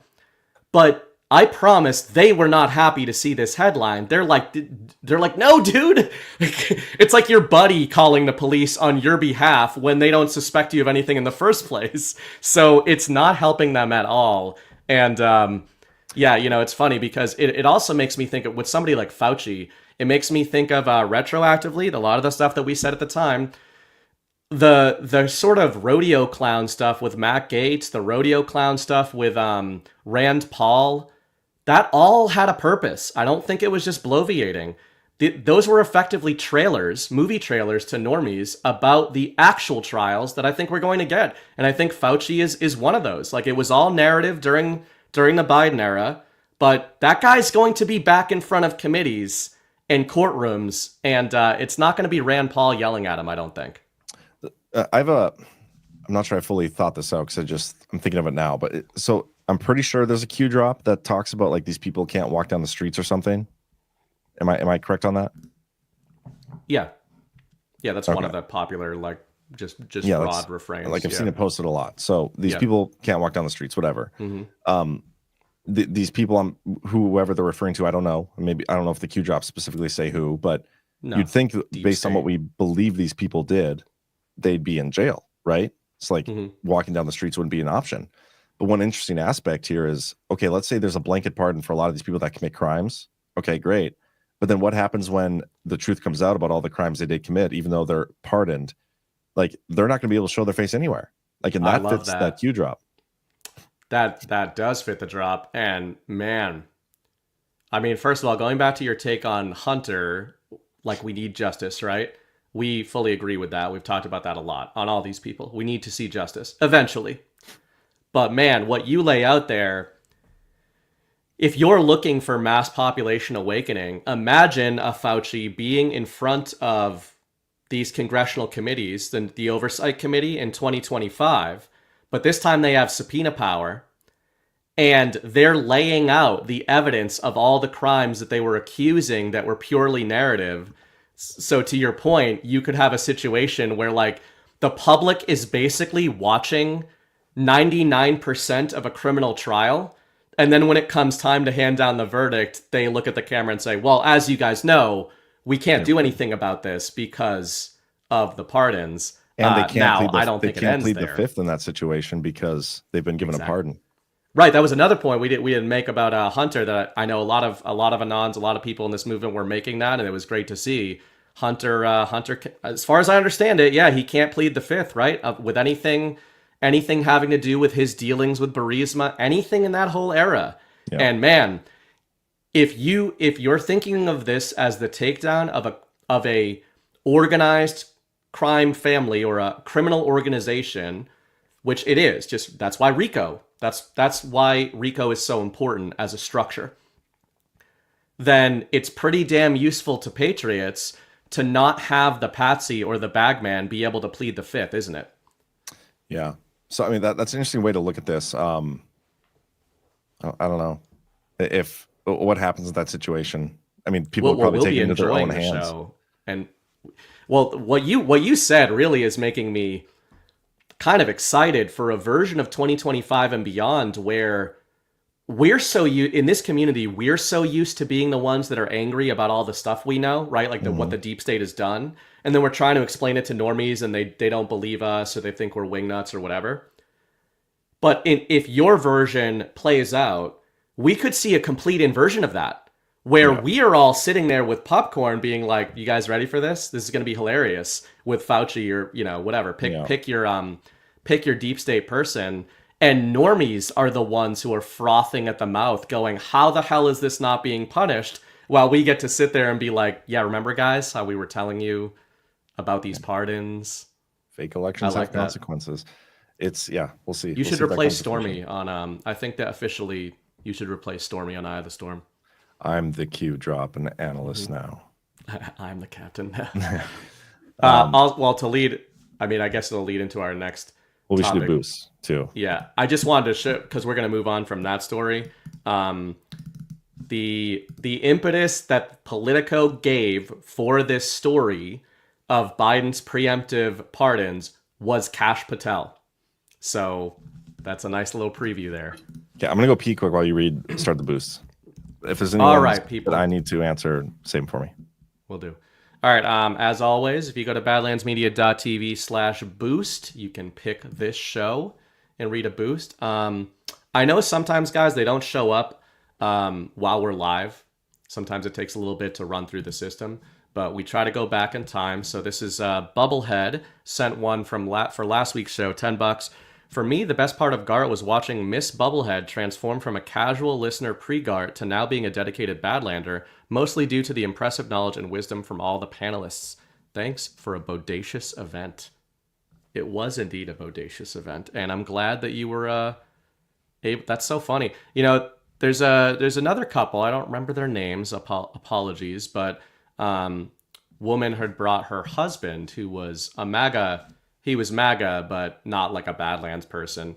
And after the event, he was saying he's gonna start watching all the shows and everything. So I think there was the Bubblehead just said Miss Bubblehead became like a Badlander by going to GART with him. Oh yeah, in Myrtle. We had a few of those. There was another couple whose names I can't remember, but it was the inverse where the husband had never. He just heard his wife talk about us, but going to GART and meeting all the people and seeing how cool Badlanders were, and now he's a Badlander.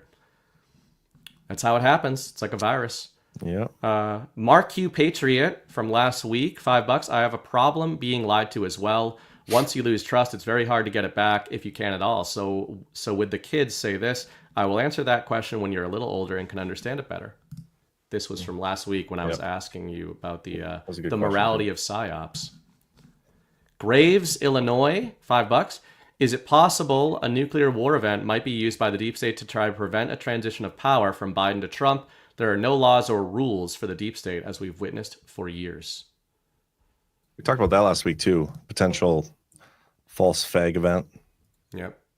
Certainly the story of it. They're going to try everything. We're going to see all of it, I think. Plymouth Patriot, $5. I almost forgot to mention our New Englanders Badlanders meetup at Buckley's Kitchen and Bar, 440 Franklin Street, Framingham, this Sunday, December 8th at 1 p.m.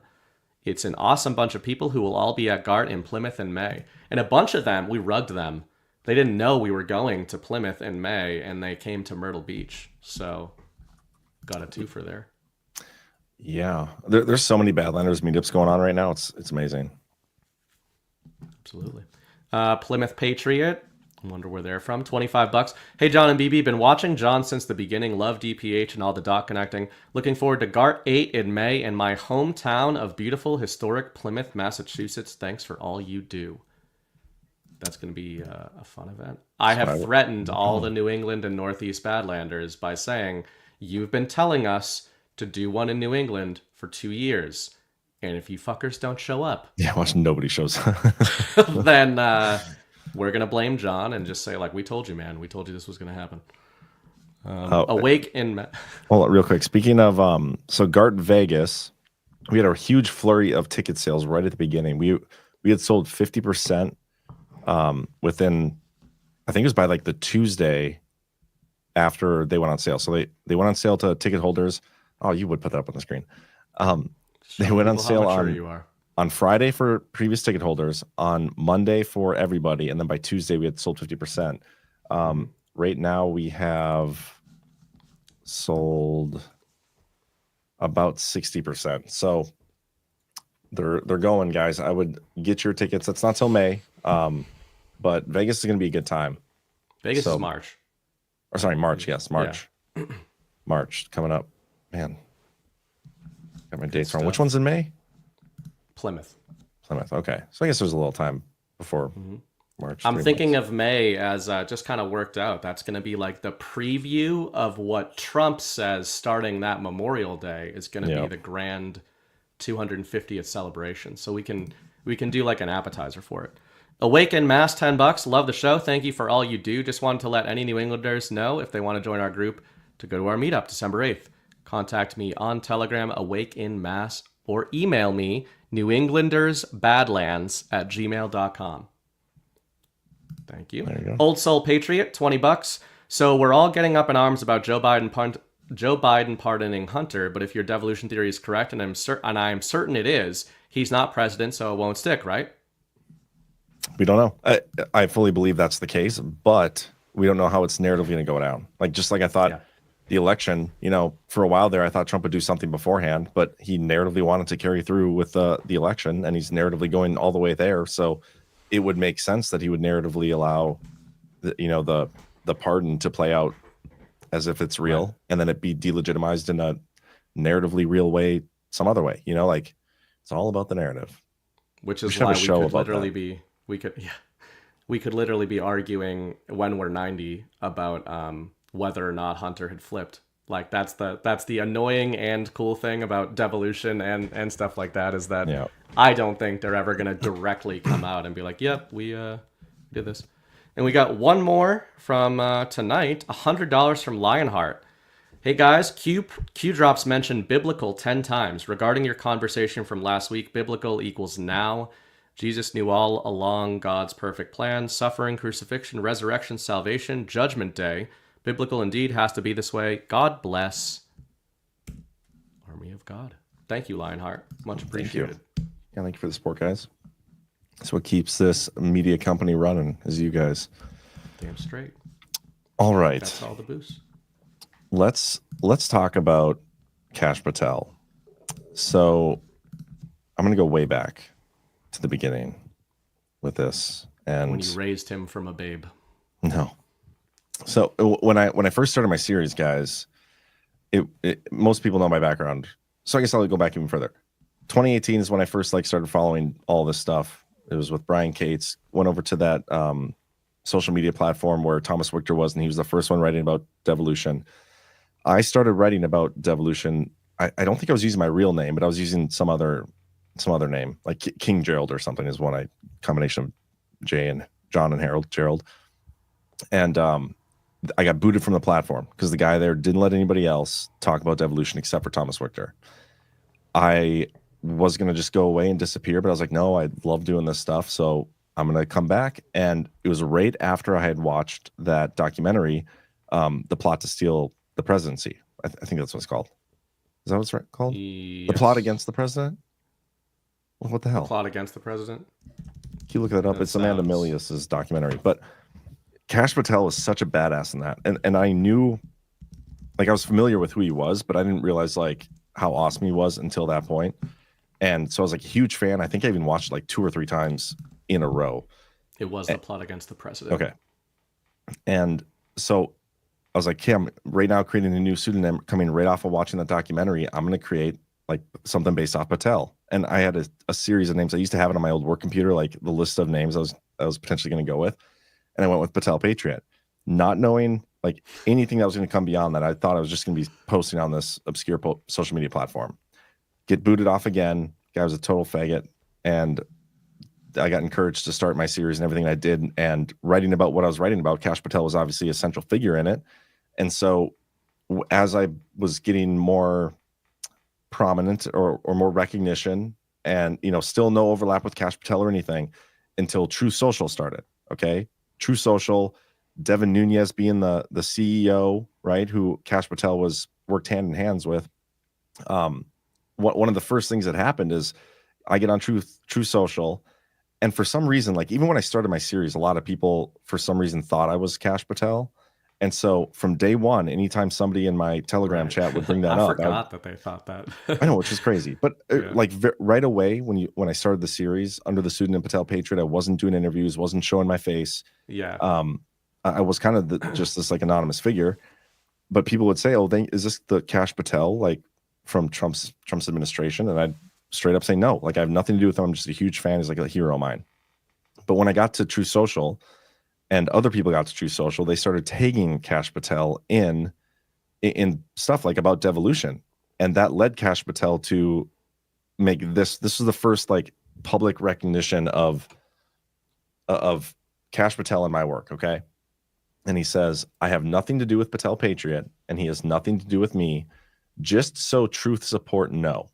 Okay, so this is interesting on so many levels, and I'd love to get your take on it too. But like, number one, Devin Nunes is a CEO, and he knows, Kash Patel himself knows a bunch of people at True Social. Like, he could have just texted any one of them and been like, hey, by the way, guys, just so you know, like you're the support team here, I have nothing to do with this Patel Patriot guy. But he wanted it to be a public statement. He wanted it to be public, okay?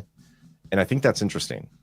And then, you know, there's multiple follow-up stuff with this, and even this post is a common one. I take it Devolution is off the table with Kash, and Kash Patel says off. And it still blows my mind that people think like any of these people that we think are involved in Devolution or the Q-op or any of that stuff, that if you just go up and ask them, they're going to be like, yeah, I am involved in like one of the most secretive and important operations of all time. You caught me. Like, they're not going to admit, they're obviously going to say they're not a part of it. But the way Kash Patel was doing it, in my opinion, drew more attention to it, which was interesting. So, well, just one tiny aside there. I mean, the drops say, and people know this, operators never divulge on either side. It's just, you don't have to believe in the devolution theory, but people supposedly involved with it disavowing it is not proof of anything. Just like Q people are very familiar with this, because there are many theories, including Kash Patel actually, of who are the less than 10. Are the Q drops really a military intelligence operation? Well, guess what? They told you right in the drops they're never going to tell you. That's why it's up to you to take the 10 billion comms as circumstantial evidence. Yeah. So it still just blows my mind that people think that. I mean, so he's FBI director now. I mean, hold on. Do you have the clip? The clip. Let's not just leave it as Kash just totally rug burned you. He did give you one little flirtatious. Oh yeah. Because you know, I feel like he felt a little bad. This is just my editorializing. I think he kicked the other Kash Patel, John Harold, so many times that maybe he felt a little bad. Hold on, I gotta find it now. The boys on stage were like, "Come on, man, you don't have to do him that dirty." Hold on, this might take me a second to find. I completely forgot about this. This clip. Yep. Hold for processing. Although, according to John, Kash did not seem super pleased seeing. Well, hold on, you're jumping ahead here. Sorry, I thought you were moving on to FBI director. Okay, so this is at Reawaken Tour. Time for one final question before we introduce our final presenter. Gentlemen, I just want to know if y'all are familiar with the theory of devolution, and do we have any hope that President Trump might have devolved the government before he left office? I'm going to go to General Flynn. General Flynn. I have no idea. Devin Nunes. I have no idea either. Kash Patel. I have absolutely no idea, and if you're following some other guy on Truth Social named Patel, it's not me. Okay. The app that So that's interesting, because if you go back to this picture here, not only does he know like my name, Patel Patriot, but devolution, he knows what devolution is, but he chose to answer it like that. And like clearly the question about devolution, and he ties it to Patel Patriot, like somebody, the guy named Patel. It's not me. So that's notable. And then there was a whole series of other stuff that happened in the meantime here too, where, you know, Kash Patel is not the only one with access to his True Social account. Like, some people from his foundation use it, and some people use that in some nefarious ways. And when we got accused of the whole Mossad stuff, and that was a interesting time period. Some of those True Social posts have been deleted now, which is interesting. From that account? From Kash's account, yeah. Okay, interesting. Yep. The ones from Kash's account were deleted. Okay. But when I did get a chance to go to Mar-a-Lago. Unfortunately, Trump wasn't there, but I did run into Kash, and so I did take a picture with him. When I first approached him, like he was in a fun-loving, good mood talking to people, and once he like realized who I was, I could definitely tell that he was uncomfortable, and it did not seem like he was a huge fan of mine, which I get it, but he agreed to take the picture and he smiled for it. He could have just said no and like told me to fuck off, and he didn't. But yeah, so it's one of those things where like maybe we are completely wrong about devolution, and he is actually upset with me for using the one of the most common Indian names in the world, Patel, and maybe I'm gonna be like, I think I said Nick Checker, but it's like, what are the chances that the odds of me getting raided by the FBI have gone up now that Trump has been elected because Kash Patel is head of the FBI. But no, I think he's a patriot through and through, and I think he's part of the plan. And we're going to go through a few things here, highlighting some of the aspects that he knows from Trump's like time working with Trump, and why he's like the perfect pick. But I don't know if you have anything else you want to say. I mean, this is stuff that can get us in trouble, but hey, we've got thick skin these days most of the time. The way I would frame it, the way I look at this, and granted that the time period you refer to of the Mossad accusations, I will admit it got a little difficult for all of us to frame things in these ways, especially for John. But methinks you doth protest too much is sort of what always comes to mind. Think about the world we're in a social media age, especially where it concerns Trump. Like, leave aside even the Q drops and all of that for now, and just look at the massive cultural movement that Trumpism is, and all of the people that the public considers a part of Trumpism. How many accounts are on Truth Social and Twitter, X, that are named after all of these characters, right? There's Ratcliffe accounts, there's Grinnell accounts, there's Kash accounts, there's billions of Trump accounts named Trump Patriot 17 and on and on and on. Flynn, we have them in our chat on the Power Hour shows where we've got True Jen Flynn and all these accounts. So have you ever seen one of the Trump team members get furious that somebody with a big social media following has obviously named their account in honor of them? And that's always been the biggest thing for me, is that me too. You never passed yourself off as Kash Patel, and if I even wanted to extend more plausible deniability, you never used a profile picture of him either, which a lot of people do with Trump, right? How many Trump profile pictures are there? And you could see him coming out and being like, this guy's using my image and Patel Patriot, but that was never going on. So, it almost started to take on the vibe of a friendly flirtation to me by the time we got to that particular Reawaken tour. And I get it. I totally understand why it has to be that way, and I think it will be that way permanently. Yeah, I agree. And again, it comes down to the subject matter of what I was writing. Like if I had been writing a series on like anything else, like I can't even think of anything off the top of my head right now, but if I was just writing a series of children's books, whatever, and use Patel Patriot, I don't think Kash would care. I think he would have agreed to come on. drops, they wouldn't care. Yeah, I think he would have came on and done interviews and all these things. But like, I do believe, and maybe this is just confirmation bias on my own part, but I think it's obvious in a lot of ways that it's because I'm right about some aspects of the subject matter, and he has to distance himself because of that. So yeah, I totally get it too. And I've always, regretted. I mean, I guess I shouldn't say regret, but I always wonder, like, if I just used a different name even and still wrote the Devolution series, if things would have been different. If maybe I could have gotten an interview, because he's gone on interviews with X22 and all these other Q people, but he won't come on with me yet. So he'll buy you a beer at some point. I hope so.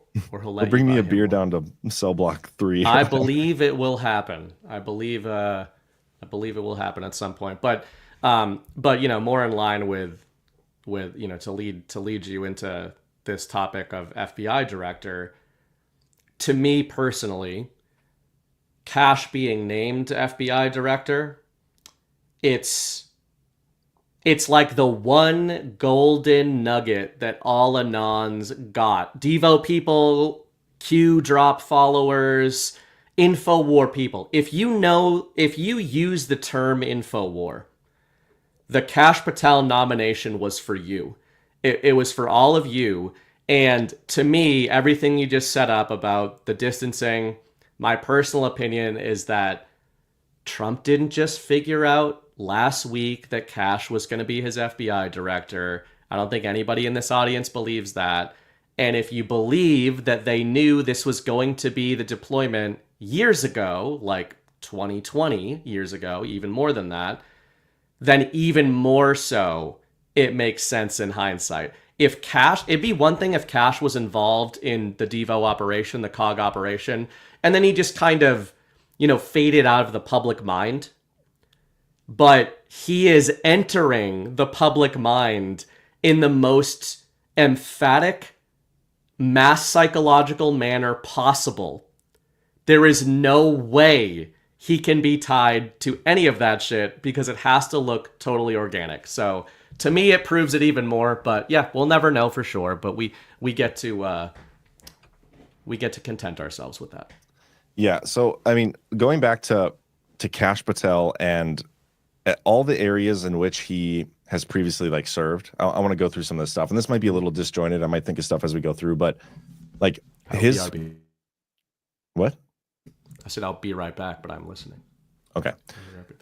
He started as a trial attorney with the Department of National Security, Department of Justice, National Security Division. So, his focus at the Department of Justice was with national security matters, and then at that time he was like a legal liaison with the JSOC, the Joint Special Operations Command. And if you look at what JSOC is, this is the joint component of Special Operations, okay, United States Special Operations Command, and they're the ones that study special operations requirements, techniques, all that stuff. So think of how often we've talked about special operations and where it's at, Fort Liberty, which I believe was previously Fort Bragg. Yep, that's all connected. So that's just his background. That started back in 2014, before he even came in with Devin Nunes. So that's where he got his start.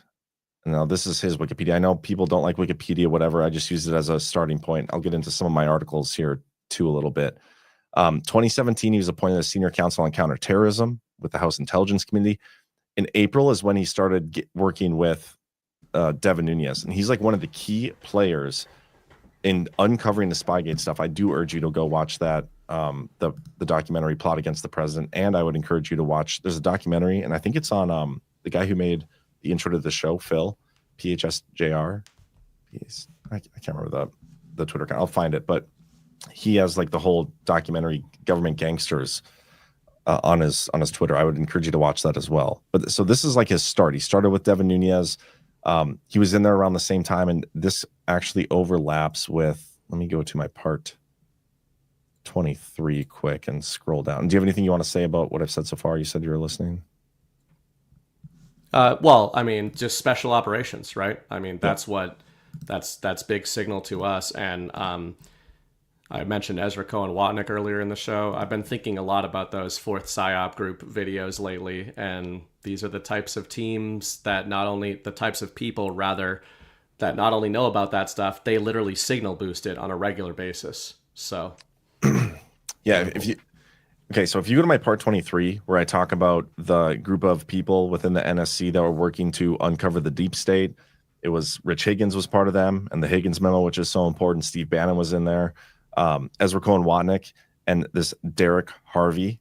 This is a guy. So Ezra, when he was after he went and worked for Oracle, but he's one of the guys who helped with also uncover stuff while he was at the NSC for the Russiagate stuff. He was working with Derek Harvey and Kash Patel, and so these guys are all connected to each other, which is why in this article I think it's so interesting the ties you can find here when it comes to later on in Kash's career. He worked his way through, but it was the big one. First ODNI, he worked with Ratcliffe at the ODNI before becoming Christopher Miller's chief of staff, which is where he really came on my radar. The rest of the stuff came after the fact. That's when I started looking into it. I know a lot of people knew more about him, but I focused on Kash Patel because of this stuff, like him on a plane with Christopher Miller, him being promoted to chief of staff chief of staff for the Secretary of Defense, just like 3 days after he was named, on the same date that Ezra Cohen Watnick was. He was the guy that was in charge of the transition at the DOD, and he was the one who was stonewalling the Biden administration on special operations. So there's a lot of like very key roles and key things that Kash Patel was a part of all throughout Trump's presidency. He was even in counterterrorism. And what, I think I have a picture of this. It's my part 8, maybe? Right here. So this was when they killed the ISIS leader, Abu Bakr al-Baghdadi. There was him and Chris Miller and Scavino and all those guys. He was working counterterrorism stuff. So very important.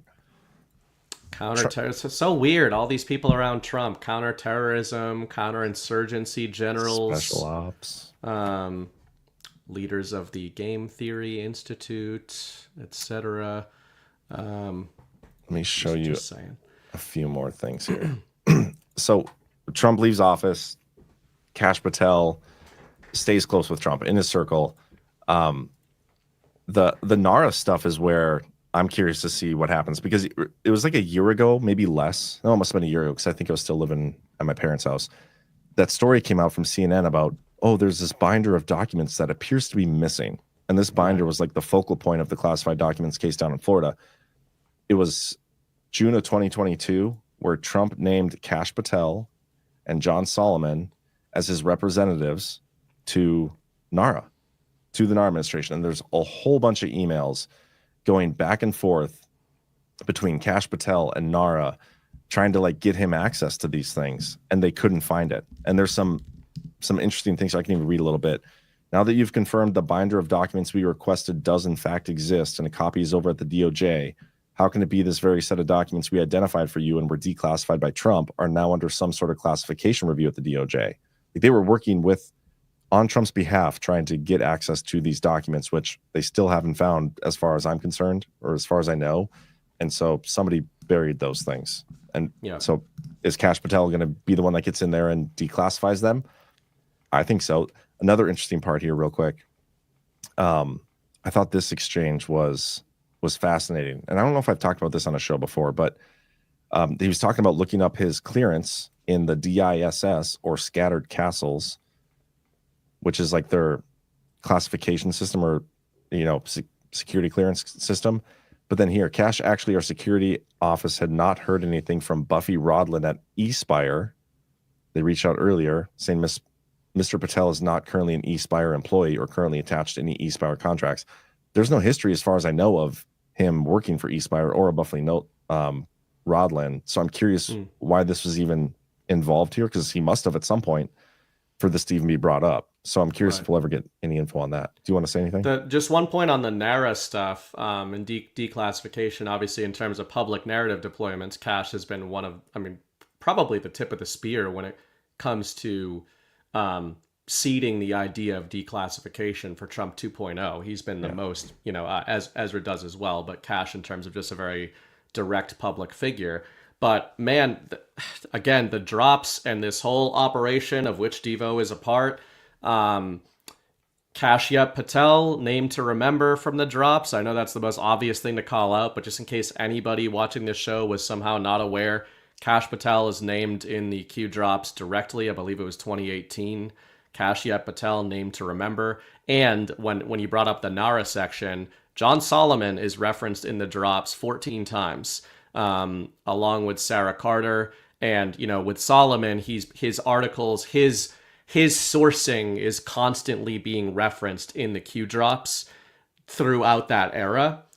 And isn't it interesting that Kash and John Solomon are the ones that Trump wants looking at this stuff, right? It's like, but was Trump following along with the drops and just thought maybe he should check in on these guys and they should be handling classified material?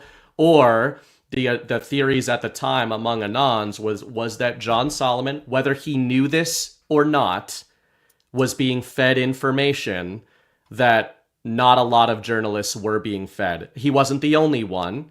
Many theorized that Sarah Carter, who I don't hear from a lot these days, but Sarah Carter is somebody that was mentioned in those drops, and then Catherine Herridge, who's had quite an interesting journey through the info war. So I just think it's interesting when you're referencing now this very official role in NARA and declassification. That's like, oh, weird. That was one of the main journalists that the Q drops were constantly referencing. Well, and think of this. So the story we were told is that his chief of staff, Mark Meadows, gave the binder of documents to John Solomon, and John Solomon was going through and making copies, and he was going to write a story on all this stuff and start disclosing it.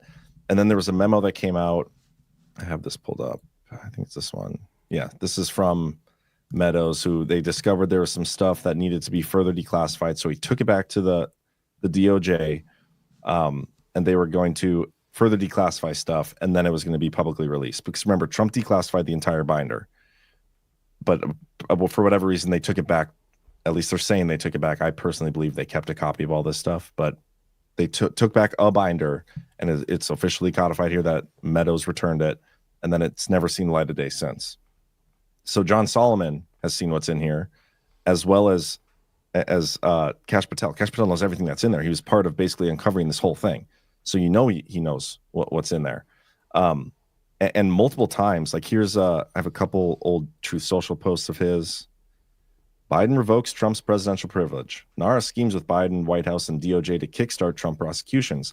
Biden GSA held on to Trump's personal papers boxes for months, then ships them to Mar-a-Lago. Jack Smith lies to federal judge for search warrant at Mar-a-Lago. Jack Smith lies to Judge Cannon about handling and content of said boxes. Lie, cheat, and steal the Biden DOJ way. Like he knows everything that's going on behind the scenes here. Former federal prosecutor and aide to President Trump, Kash Patel, has urged Congress to seek defense briefings given to then Vice President Biden about his son Hunter, citing potential conflict of interest. Notably, high-level officials regularly receive such briefings from agencies like the FBI and intelligence community, especially regarding family members. Congress has oversight authority to obtain these briefings, particularly due to the ongoing concerns of alleged influence peddling by the Bidens. One more here. Hunter indicted. Anyone else asking why it didn't happen 5 years ago? I thought California U.S. attorney never blocked special counsel. Liars. Where's the FARA charge? No mention of Joe. This is a total swamp cover-up. Like you could find hundreds and hundreds of tweets and interviews and all these things of Kash Patel calling bullshit on the DOJ, on the special counsel Jack Smith, on the FBI, on the Biden influence peddling scheme, all this stuff. He knows it all. And then here's a perfect video example of why he's the perfect pick for FBI director right here. I never believed that. Forgive me about Glenn Beck being in here as well, but it's unfortunately where Kash said the great stuff. The CIA killed Kennedy. No. You're talking to a guy that's read the entire JFK file. You've seen all the secret stuff? I've seen all of that, and I've seen the 7 pages of the 9/11 report. I've seen it all. You don't say that to people that you can't tell what you saw. Should the Kennedy stuff be released? Yes. Is there anything there that is like, is anybody alive? The problem is the things that we can't release have nothing to do with the questions you guys are asking. That's about as far as I can go on it.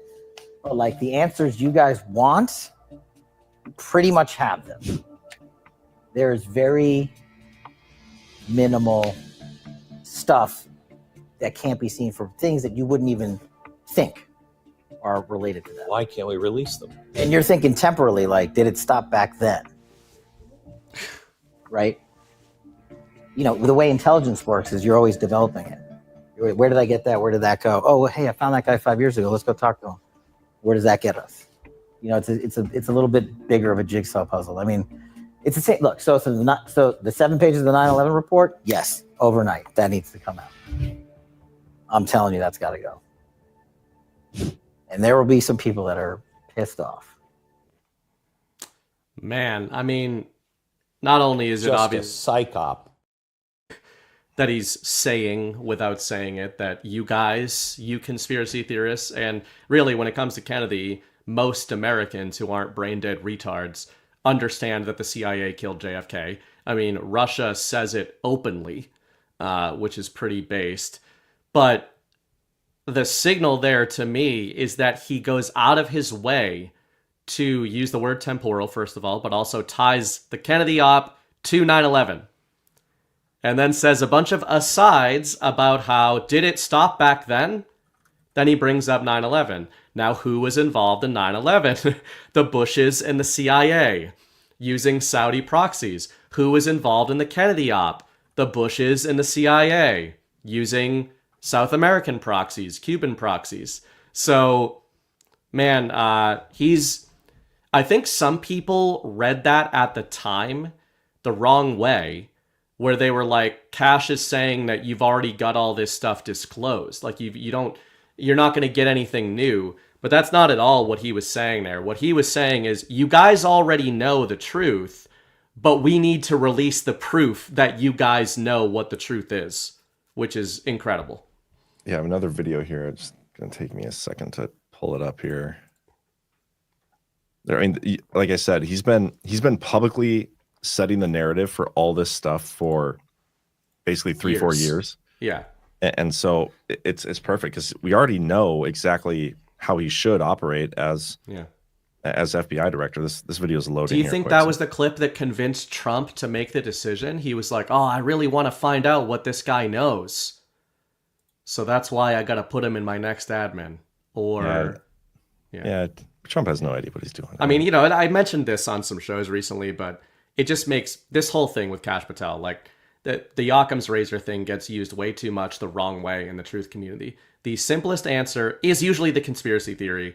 And yeah, we're watching a rollout. 100%. Here's that video. Whether they're in government, whether they're in the private sector, civilians, and yes, even if they're in the media, if they participated in a conspiracy to rig elections and break the law or do other corrupt activities, you'll be prosecuted. I think they're threatened because we caught them in Russiagate. We caught them with the 51 intel letter. We caught them on Jan 6. We're catching them in Hunter Biden, Joe Biden's criminal activities, and American citizens are tired of it. And they know they're in on it. That's when criminals fret the most. Good evening. We are coming on the air with breaking news tonight. President Biden has made a decision to pardon his son Hunter ahead of the transfer of power to President-elect Donald Trump, according to a senior White House official with direct knowledge of the decision. He's expected to announce it later on tonight. And this comes months after Hunter Biden was convicted on gun charges back in June. That marks the... That's those two separate parts of the clip, but the first part was interesting because he talks about elections. I got another clip here. I think this might be the same thing, but more context. Why are they so threatened by the prospect of rooting out, and if the evidence and the facts necessitate, prosecuting actual corruption? That's not revenge. That's just it. You nailed it. They are afraid that President Trump is going to come in and actually use the law to prosecute those who broke it. Whether they're in government, whether they're in the private sector, civilians, and yes, even if they're in the media, if they participated in a conspiracy to rig elections and break the law or do other corrupt activities, you'll be prosecuted. In fact, the mainstream media, when my interview occurred yesterday on Real America's network here, Voice here, they just did a disinformation headline grab and said, quote unquote, Kash Patel is prosecuting the media. The entire quote, which is literally 2 sentences, it's not a 10-minute thing, says, we will use the Constitution and the courts of law to go after those that broke the law, including those in the media. That is an absolutely perfect statement that you would want former law enforcement to say and encourage current law enforcement to be doing, but they're not. So I think they're threatened because we caught them in Russiagate. We caught them with the 51 intel letter. We caught them on Jan 6. We're catching them in Hunter Biden, Joe Biden's criminal activities, and American citizens are tired of it. And they know they're in on it. That's when criminals fret the most, and now that's why they're slinging baseless rhetoric and hyperbole. I have 2 more clips I want to play, but these are so good. Yeah, I mean, to me, well, this will just help set up those clips too. I just wanted to very quickly reshare those headlines that we already talked about, but with these clips in mind. So now, this Kash stuff is not a narrative deployment to us. It's a narrative deployment and an actual deployment to them. Joe Biden's parting insult, the subhead. President delivered a vote of no confidence in a justice system preparing for siege. Then the other one. The nomination of Kash Patel, who has vowed to pursue Trump's critics as FBI director, has heightened concerns within the president's inner circle. These are this is the media's own framing of the impetus behind unprecedented moves being made to pardon the people that Trump has been saying are the deep state. So we often say on this show, it's the counter signal, it's the enemy signal that is often the most pertinent to sort of retroactively confirming a lot of these theories. The fact that they are freaking out about Kash Patel means they know with this appointment, they know that the Devo stuff was real. They've been reading all the same stuff we have, right? We said this during the Q drops. I genuinely believe that a lot of the deep state thought that they were winning. They thought that their election fraud system was enough. They knew probably that Devo was going on or suspected it, but I think they thought they were going to get away with it. And I think with Kash being confirmed or nominated, they know that the revenge tour is real, and that's why they're freaking out.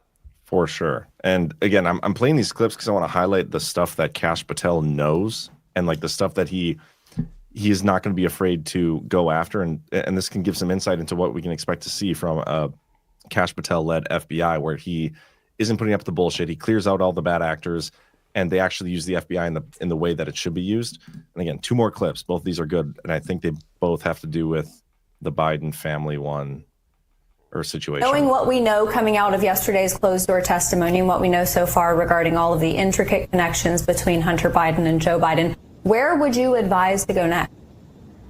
2 things. 1, Congress needs to impeach Wray and Garland, and we've been over that and why, and don't impeach Joe Biden. I think that's a political waste of time. If we want the documents and the receipts and the underlying information that Devin Archer and everybody else testified about, we only have 11023. We took 6 congressional subpoenas in 6 months just to get 1 document. We don't even have the recordings. We don't have the FBI emails. We don't have the memorandums. We don't have the DOJ stuff. That's all what I learned as not just a prosecutor, but a congressional investigator that you need to go and get. And Wray, Garland, impeachment will produce that. The other thing we learned, Hunter Biden is guilty of violating the Foreign Agents Registration Act, FARA. Just like they charged Paul Manafort and others during the Trump administration, Hunter Biden was shown to have been in bed with criminals from the Ukraine and China to lobby the United States government through the laundering of money that Hunter Biden and Devin Archer received, and leveraging his relationship with his dad, Vice President Joe Biden. That is the definition of violating the Foreign Agents Registration Act. He didn't register. This DOJ should, of course, charge him. They won't, because they'll give him a pass and bury it with a Trump indictment. So I think that's where we need to focus, why our energy needs to be on impeaching Hunter Biden and, Merrick Garland and Chris Wray, and then we can expose all the corruption of the Biden. Expose all the corruption of the Bidens. That's pretty direct. And then I got one more on the Biden. Don't impeach Joe. He specifically went out of his way to say he does not want Joe Biden impeached because it's not going to do anything. Well, you said impeach Garland and Wray. I think the impeachment of Joe Biden comes after, like, they're not going to let that guy be forever on the record books of being a president after the exposure phase. But let me play this part here. Forever a fake president. This has to do with the Biden document scandal. Look, what I say about the Biden document scandal is it's going to be the ongoing largest criminal conspiracy in U.S. history. But what we need to do it for, and what I tell people is, Joe Biden's not the target. The 2-tier system of justice is the target. And we see it every day unfolding, and people want to take pot shots at Biden. I'm like, what's the point about taking pot shots at an octogenarian who can't read anymore? He's literally losing the country day by day. But if we look at the way these government gangsters, as I call them, Merrick Garland and Chris Wray, are running the FBI, you look at Mar-a-Lago, you look at whatever you want, Hunter Biden's laptop, the disparate treatment of it is at the core of this matter. And so where our voting bloc should get its energy from is pushing out that message, because where Americans want to hear is that we have a uniform system of justice, not that we have a 2, 3, 4-tier system of justice based on who the target is. Yeah, this always backfires on the left, right? Anytime they come out against Trump, there's always something, the other shoe drops. But is this a case where they're trying to take out both Trump and Biden at the same time? Yeah, so you'd have to ask someone who's more politically savvy than me, but I think obviously even the Democrats realize they can't run this guy again. And you asked in your first question, does this relate to Hunter Biden's laptop? And I think you're absolutely right. Just want to go back to that for a second. There's no way the chief librarian of the United States instigated the most consequential investigation in DOJ history by saying, "Oh, Biden, your docs are overdue. Please bring them back." This wasn't a bunch of librarians sitting Right. around. This investigation's been going on for years. For years. And what we're going to find out if we actually get the documents out to the American public is that there's actually a couple of good cops left at the FBI. They exploited Hunter Biden's laptop and they said, wait a second, all this China, Ukraine, CCP stuff, and it also ties back to Joe Biden. You know what's investigatory 101? You get a search warrant for every place those guys ever touched. And they went and they were like, okay, we got a document problem. And then they try to reverse engineer it with this librarian nonsense. It was a total farce. Juicy as hell. Running cover for Joe in that one too. He can't stop himself from just saying don't go after Joe every single time. Either way, it's the way he did it there was because he's too old and see like Weiss said, or no, Yeah. Robert Hur said in his report. At the end of this, like Joe Biden is going to be a joke, a stain on American history. But it all goes through Biden. Like and it's like, so amazing. Those clips are we use the term narrative seeding all the time, but man, it doesn't get much more on the nose when you know the full story, right? Well, we don't know the whole story yet, but I mean the fact that at the time we're theorizing that Kash is going to play a very big role in this eventual justice phase. Maybe we didn't know how big the role was going to be publicly, but just so interesting that he was the guy seeding all those things and he knows exactly where it's going. He's talking about FARA. Obviously, the implication to this audience is that those are the exact violations that retroactive pardon is meant to cover. So that's all going to come back around into the narrative, and Kash has been seeding it the whole way through because he obviously knew where it was going and knew what his role was going to be. He's just such a perfect pick because not only does he know, like the phrase, he knows where the bodies are buried, like that fits him perfectly, but he doesn't give a shit about playing politics. He's not he doesn't care about what the media says. He's going to go in there and he's going to go directly to where he needs to go to expose this stuff and get actual justice. And they know it. They know it, which is why they're freaking out, right? I mean, they're telling you this themselves. I also wanted to share, this was from just before Thanksgiving, but it was pretty great. This was Axios. They were the ones that had the hot scoop that Trump was eyeing Kash. And with all the hit pieces they wrote on Hegseth and beyond, this one, they were scared. The way they talk about him. Ultra loyalist, which I think he's the first official ultra loyalist. So congratulations to Kash. That's a new level. Deeply controversial for any leadership role, but especially FBI director. They've got him, what do they say? Trump has viewed the FBI with deep distrust. He sees the FBI and the Justice Department as the heart of the so-called deep state, a cabal of bureaucrats that he believes sabotaged his first presidency. So, again, we're talking about Kash Patel narrative seeding, but look at the media industrial complex. Those are signal flares that they're putting out. I think that they know the days of poisoning these people in the public mind are over. They know they don't have the public mandate, right? So what are those headlines for? I think those headlines are bat signals within the deep state of saying, guys, it's Kash, we're fucked. Like, we have to stop this. And man, if that wasn't super encouraging to see him then actually be the nomination, I don't know what is. Yeah, it'll be interesting to see what they do. Because somebody they're so afraid of, like they're clearly afraid of Kash Patel. What they're doing to Hegseth, they're doing, it appears, out of fear too. Like they're trying to sabotage his Senate confirmation. Are they going to do something similar with Kash Patel? I would assume they're going to try, right?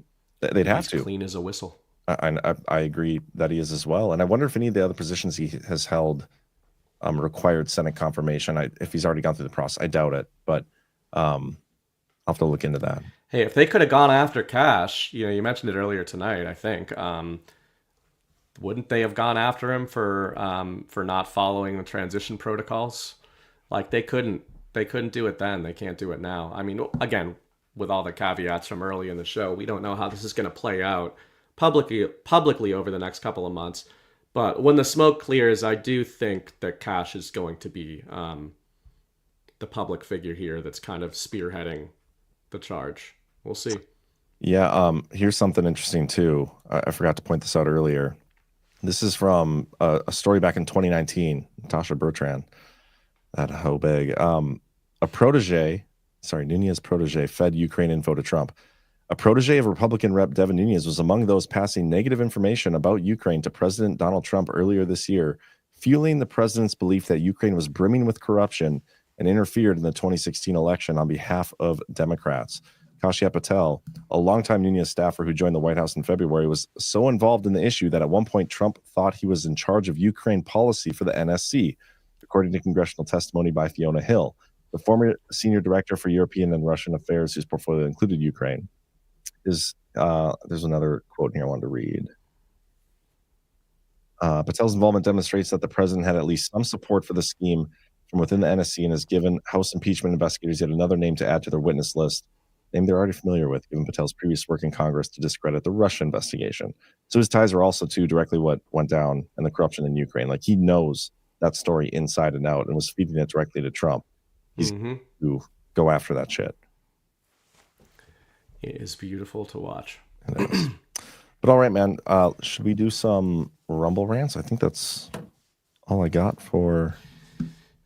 Yeah. Oh, one more little mini narrative. We don't know where it's leading, if anywhere, but it's interesting that Kash Patel got his own little headline today about Iranian, quote unquote, Iranian hackers going after him as well.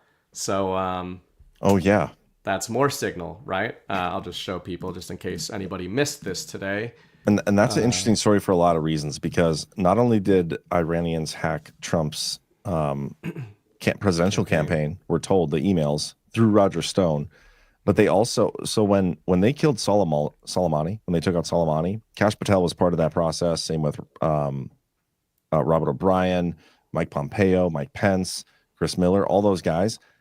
The story we were told is they were given extra security for longer after leaving office because of like actual threats from Iran over that situation. We were also told that the assassination attempt on Trump, like, there were credible threats from Iran, and that's what, how did he have lacking security at that Butler event when there's credible threats from Iran, and now we have Iran hacking Kash Patel. That's also interesting and notable. Yeah, and where my mind goes with it, I said this, in the summer when the campaign stuff was coming out, the reaction to these deployments by the media is what I always start with, and I try to reverse engineer that. And Politico is coming up a lot lately. Politico had their hands in some cookie jars, I would say. Remember, I think we read it on the Wednesday Power Hour. They were really eager to distance themselves from the information that they received about the Trump campaign hack. My supposition at that time was Trump team knew about the hack for 2 months before they told anybody outside of their circle about the hack, right? So I think what they did there is they disarmed an October surprise. And what it told Politico and the media is that Trump team already knew that they had the information, which, this is just a theory, means that Trump team probably knows exactly who actually hacked the campaign. And, your mileage may vary on this, but whenever I see Iran in headlines, I just replace that with deep state. Maybe it was Iranian servers, just like it was Russians hacking into the DNC in 2016. I don't think Iranian means what the media is telling you Iranian means. If you look at a lot of our connections, look at the lovers, the FBI lovers, look at a lot of the intel bad actors that this community theorizes about. Most of them have ties to Iranian intel as well. So it's pretty interesting. And the fact that the quote unquote Iranians are after Kash is absolutely counter-signal. Yep, exactly. It's the proxies. And by the way, and Ghost is way further deeper down on this rabbit hole because he's obviously into the Middle East stuff. But just as a very surface level analog to this, there's a lot of shenanigans going on in Syria right now with Assad, who maybe is one of the boys. And what the New York Times is reporting is that Ukrainian assets are on the ground in Syria, and they are against Assad, which is really interesting because he is backed by Putin. And so now we're getting the mainstream media admitting that when it comes to the International Game Board, you could kind of sub in Iranians with Ukrainians, with rebels in Syria. And, it's almost like it's all the same thing. Yep. Some good points, man. And nobody is as far down those rabbit holes as Ghost is. He is all the way there. We're just going to send him. I hope he get, I hope that Tyke gets a sword dance of his own someday. We'll give him one at one of these Garts. Yeah. It'll be like those foam swords, though. Then I wouldn't blame CNN for running hit pieces on us. Sword dance at Gart Plymouth. All right. Micro Tool Maker with $117. And so thank you so much. Merry Christmas, Badlands family, and Merry Christmas to you too. Really appreciate the support here. AOB22. John, thanks for everything you do. And BB, okay, just kidding, BB. You're a reasonably intelligent guy. That's what I tell myself. Don't assume his gender. I coach That's myself rude. in the mirror. I'm like, you are reasonably intelligent. Don't let anybody tell you different. And you're also a guy. Robert L. With your theory of devolution, do you believe there are 2 FBIs, 2 DOJs? Only reason I ask is I read healthcare CEO who was killed was working with Trump DOJ in 2017 to expose Medicare fraud. At the beginning of my series, I probably thought it was much bigger, and almost in a way there was multiple agencies. I think that's evolved my understanding as I've studied it more and whatnot, that the main purpose of the whole thing is to protect the NEFs. And so that's what it's doing. I don't think there's necessarily 2 FBIs. We're going to see the second FBI here, the reconstituted and devolved FBI with Kash Patel in there. And these agencies are going to look different with Trump 2.0. But no ongoing devolution op, I don't think so. Well, to your point about the 2 FBIs going forward, that may not be literal, but I think one positive consequence of the Kash appointment as well is we're going to see a lot more whistleblowers. They already know everything they need to know, right? But they're going to get a lot of whistleblowers coming forward in the DOJ because now those whistleblowers are going to know that they're not going to maybe be punished. I don't know how else to say it, but whistleblower protections. I think yes. I think they've increased the protections under Trump in the past. But I would expect them to even be increased further, and you'll definitely see more. I would say they should wait until Trump is actually in there, but anyway. Yeah, I agree with that. There's going to be a lot of them. I agree. Drop 14. Candace Owens called Ariana Grande and Cynthia Erivo fake and gay on her show the other day. She's a secret Badlander. Maybe. I don't know who Cynthia Erivo is. But Secret Badlanders, one way to look at Con Inc. Another way to look at them is shamelessly ripping off other people and passing their takes off as their own. I've seen a lot of that before. Godwin73. As a Canadian, Trump's trolling is fantastic and hilarious. Canada has been fully infiltrated.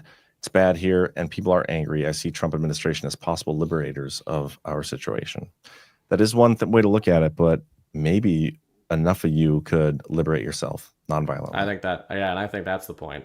I think he's telling you you gotta do something about it. Yeah. 1027 JS. Thanks for your takes on the things you've covered. Thank you, Joe. Appreciate that as always. Vegas Deplorable 26. I need a locals discount, gents. My wife is giving me side eye every time I mention buying a ticket for Gart Vegas. Vegas Gart without Vegas Deplorable. Here's what you do. You charge it to her credit card, right? And then her. Foolproof plan. No. This is going to be fun. Foolproof plan. You're going to Vegas, man. Just win it all back. You take out more debt once you get to Vegas. Gamble it. Give her double the money that you borrow to buy the Gart tickets. Just tell her you don't want any Christmas presents. Yeah. Except for a Gart ticket. There's other ways. Because Here's the thing. I would love to be able to give people discounts, but if I start giving one person a discount, then I have to give everybody a discount, and then eventually, like, we can't do these conferences. So we can't give everybody discounts. Yeah. Yeah, So- contrary to some stuff I saw online, I don't know where it was, maybe it was in a chat, about some of these physical events. These physical events are expensive to Very put on. expensive. They're not free. So we know they're not free for you guys to go to, and we very much appreciate people making the sacrifices to make it happen, and they seem to think it's worth it. But yeah, just keep in mind, I mean, it's obvious to most people, but And also, we sometimes are lose money on these. We are going to start putting the foot down on party crashers for like the VIP dinner, because we've had that. If you want to go to the VIP dinner, get a VIP ticket, please. Yeah, because you won't be able. It's not fair to the people that do. So we will be breaking legs. Well, the we next won't one. be resorting to violence, but Yep, just we're gonna have not like even a- going to see who's party crashing. We're just going to randomly select Beat people some to shit. break their legs and be like, if you were planning on party crashing, your legs are broken now. We're probably just gonna use like a rope or something to like tie off the area and To require tie them up and then break their legs. Yep. Okay. Well, I guess we're doing the leg thing. Rise Attire says, "Peace, John and BB. Great show as usual, gents. Only thing making it a little sweeter for me this time is that new piece of decor behind you, bro. Perfect addition. Just saying. God bless all Badlander Patriots." He's talking about this. I guess you can't see with us up. Let me over here. This drawing that was from Mr. Rise Attire, Adrian. Oh Made yeah, I that saw for me. that hat of the guard. That was And he mailed it to me. I ordered some my Christmas sweaters too. Some once those get here, I'm planning on wearing those like every episode that I'm on forever. So anyway, Robert L, thank you for that Rise Attire, by the way, and thank you for the drawing. It's beautiful. Robert L says, "The fact the media is running pardon predictions is making the normies question so much. Cheney for J6, conspiracy theory, Schiff, line about Ukraine phone calls, CT, Fauci, Wuhan flu, CT." Mm-hmm. It's crazy. I think when it comes to Normieville, I've said this for 3 years now. I think the Fauci narrative is going to actually be like the biggest initial red pill for normies out of all of it. I'd agree with that. Because it was such a recent and mass psyop that affected literally every person in the country. And kids and all that stuff. Like Yeah. there's so many. I think you're absolutely right about that. Like that's the one that's going to piss the most people off. Yep. And, I know a lot of this community focuses on the vaccines and stuff, and I get it. But, man, there were a lot of real, actual damages of those lockdowns, including record numbers of the deaths of despair, right? Which is the friendly way of saying suicides. People's families were ripped apart during COVID. And, yeah, that when you said earlier in the show, people won't be able to walk down the street, that's a prime candidate. Yeah, and I'm perfectly okay with that, even though I don't think it's like I think it's the most important because it's going to have the greatest narrative impact. I think exposing our election fraud is going to have the biggest actual impact. But think of everything that just exposing COVID, what that does. You expose COVID and what they did there is, and all the crimes and everything. Why did they do that? Because they needed to steal the election. Why did they need to steal the election? To cover up for all the crimes from like Ukraine to the Obama era to prior. Like it's all connected. And Totally. it's just- That's the it's first one domino. Yeah. Yep, exactly. That's where I think it's going to start. It would make sense for it to start there because it's also the least dark, I guess, compared to a lot of the roads that we think it's going to go down that Kash is kind of seeding. Yeah. So that's where you start. Well, maybe not though, because Kash is saying like there is stuff it's already out there. It just needs to be declassified. So maybe we get some 9/11. That's another big one. Maybe we get some Kennedy stuff. Those are things that resonate with everybody. And then you get into COVID and all these other things. I think it's the opposite. Yeah, but I mean, it Opposite might take order. some time for the COVID exposure because it's still so recent where everything with 9/11 and all that is like, it's right there in your face. It could be. Like it's ready to go. He said it's like day one. So who knows? Like the timing of it, their judgment on this stuff is better than ours. We guess at it, right? Who knows how it's going to go down? But I do expect it all to eventually get exposed.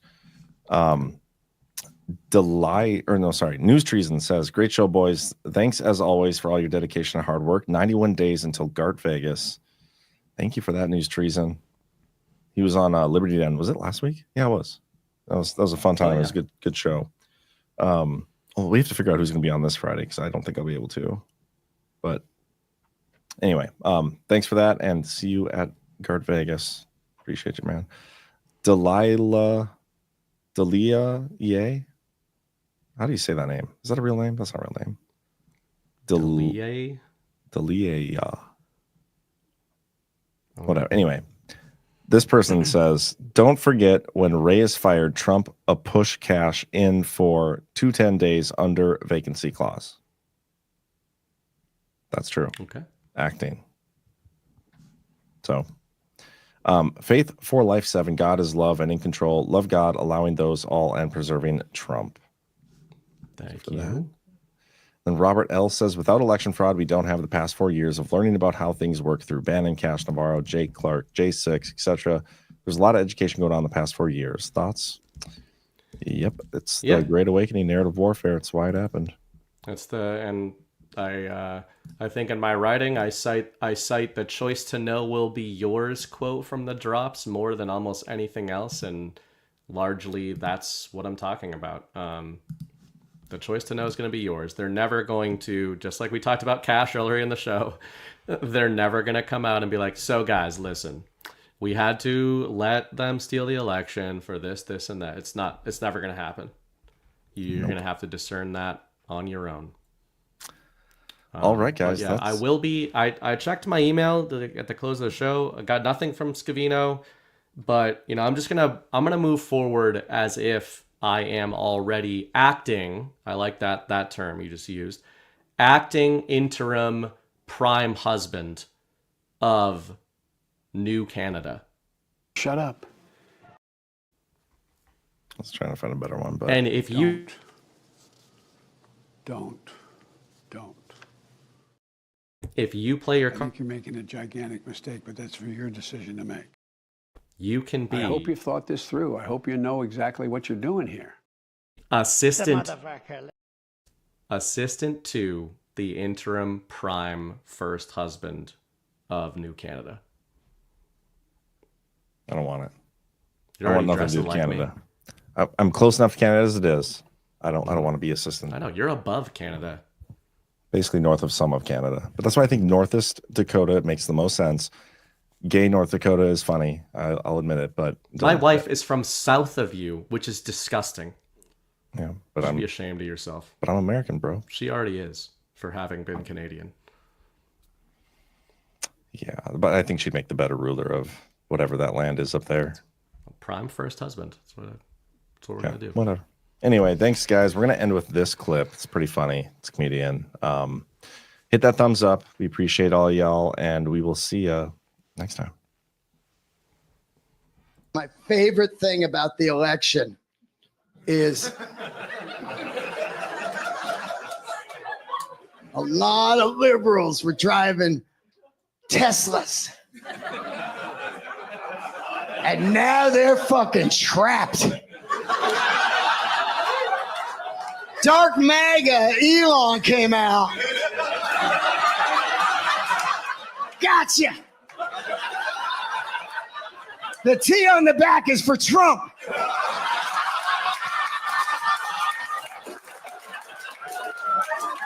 You funded the last 6 months of the campaign.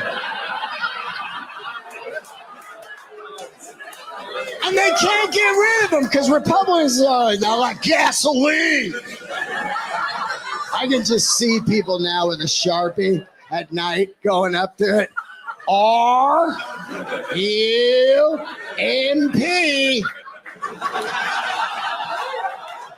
You're not going to be able to look at a Tesla without thinking about that ever.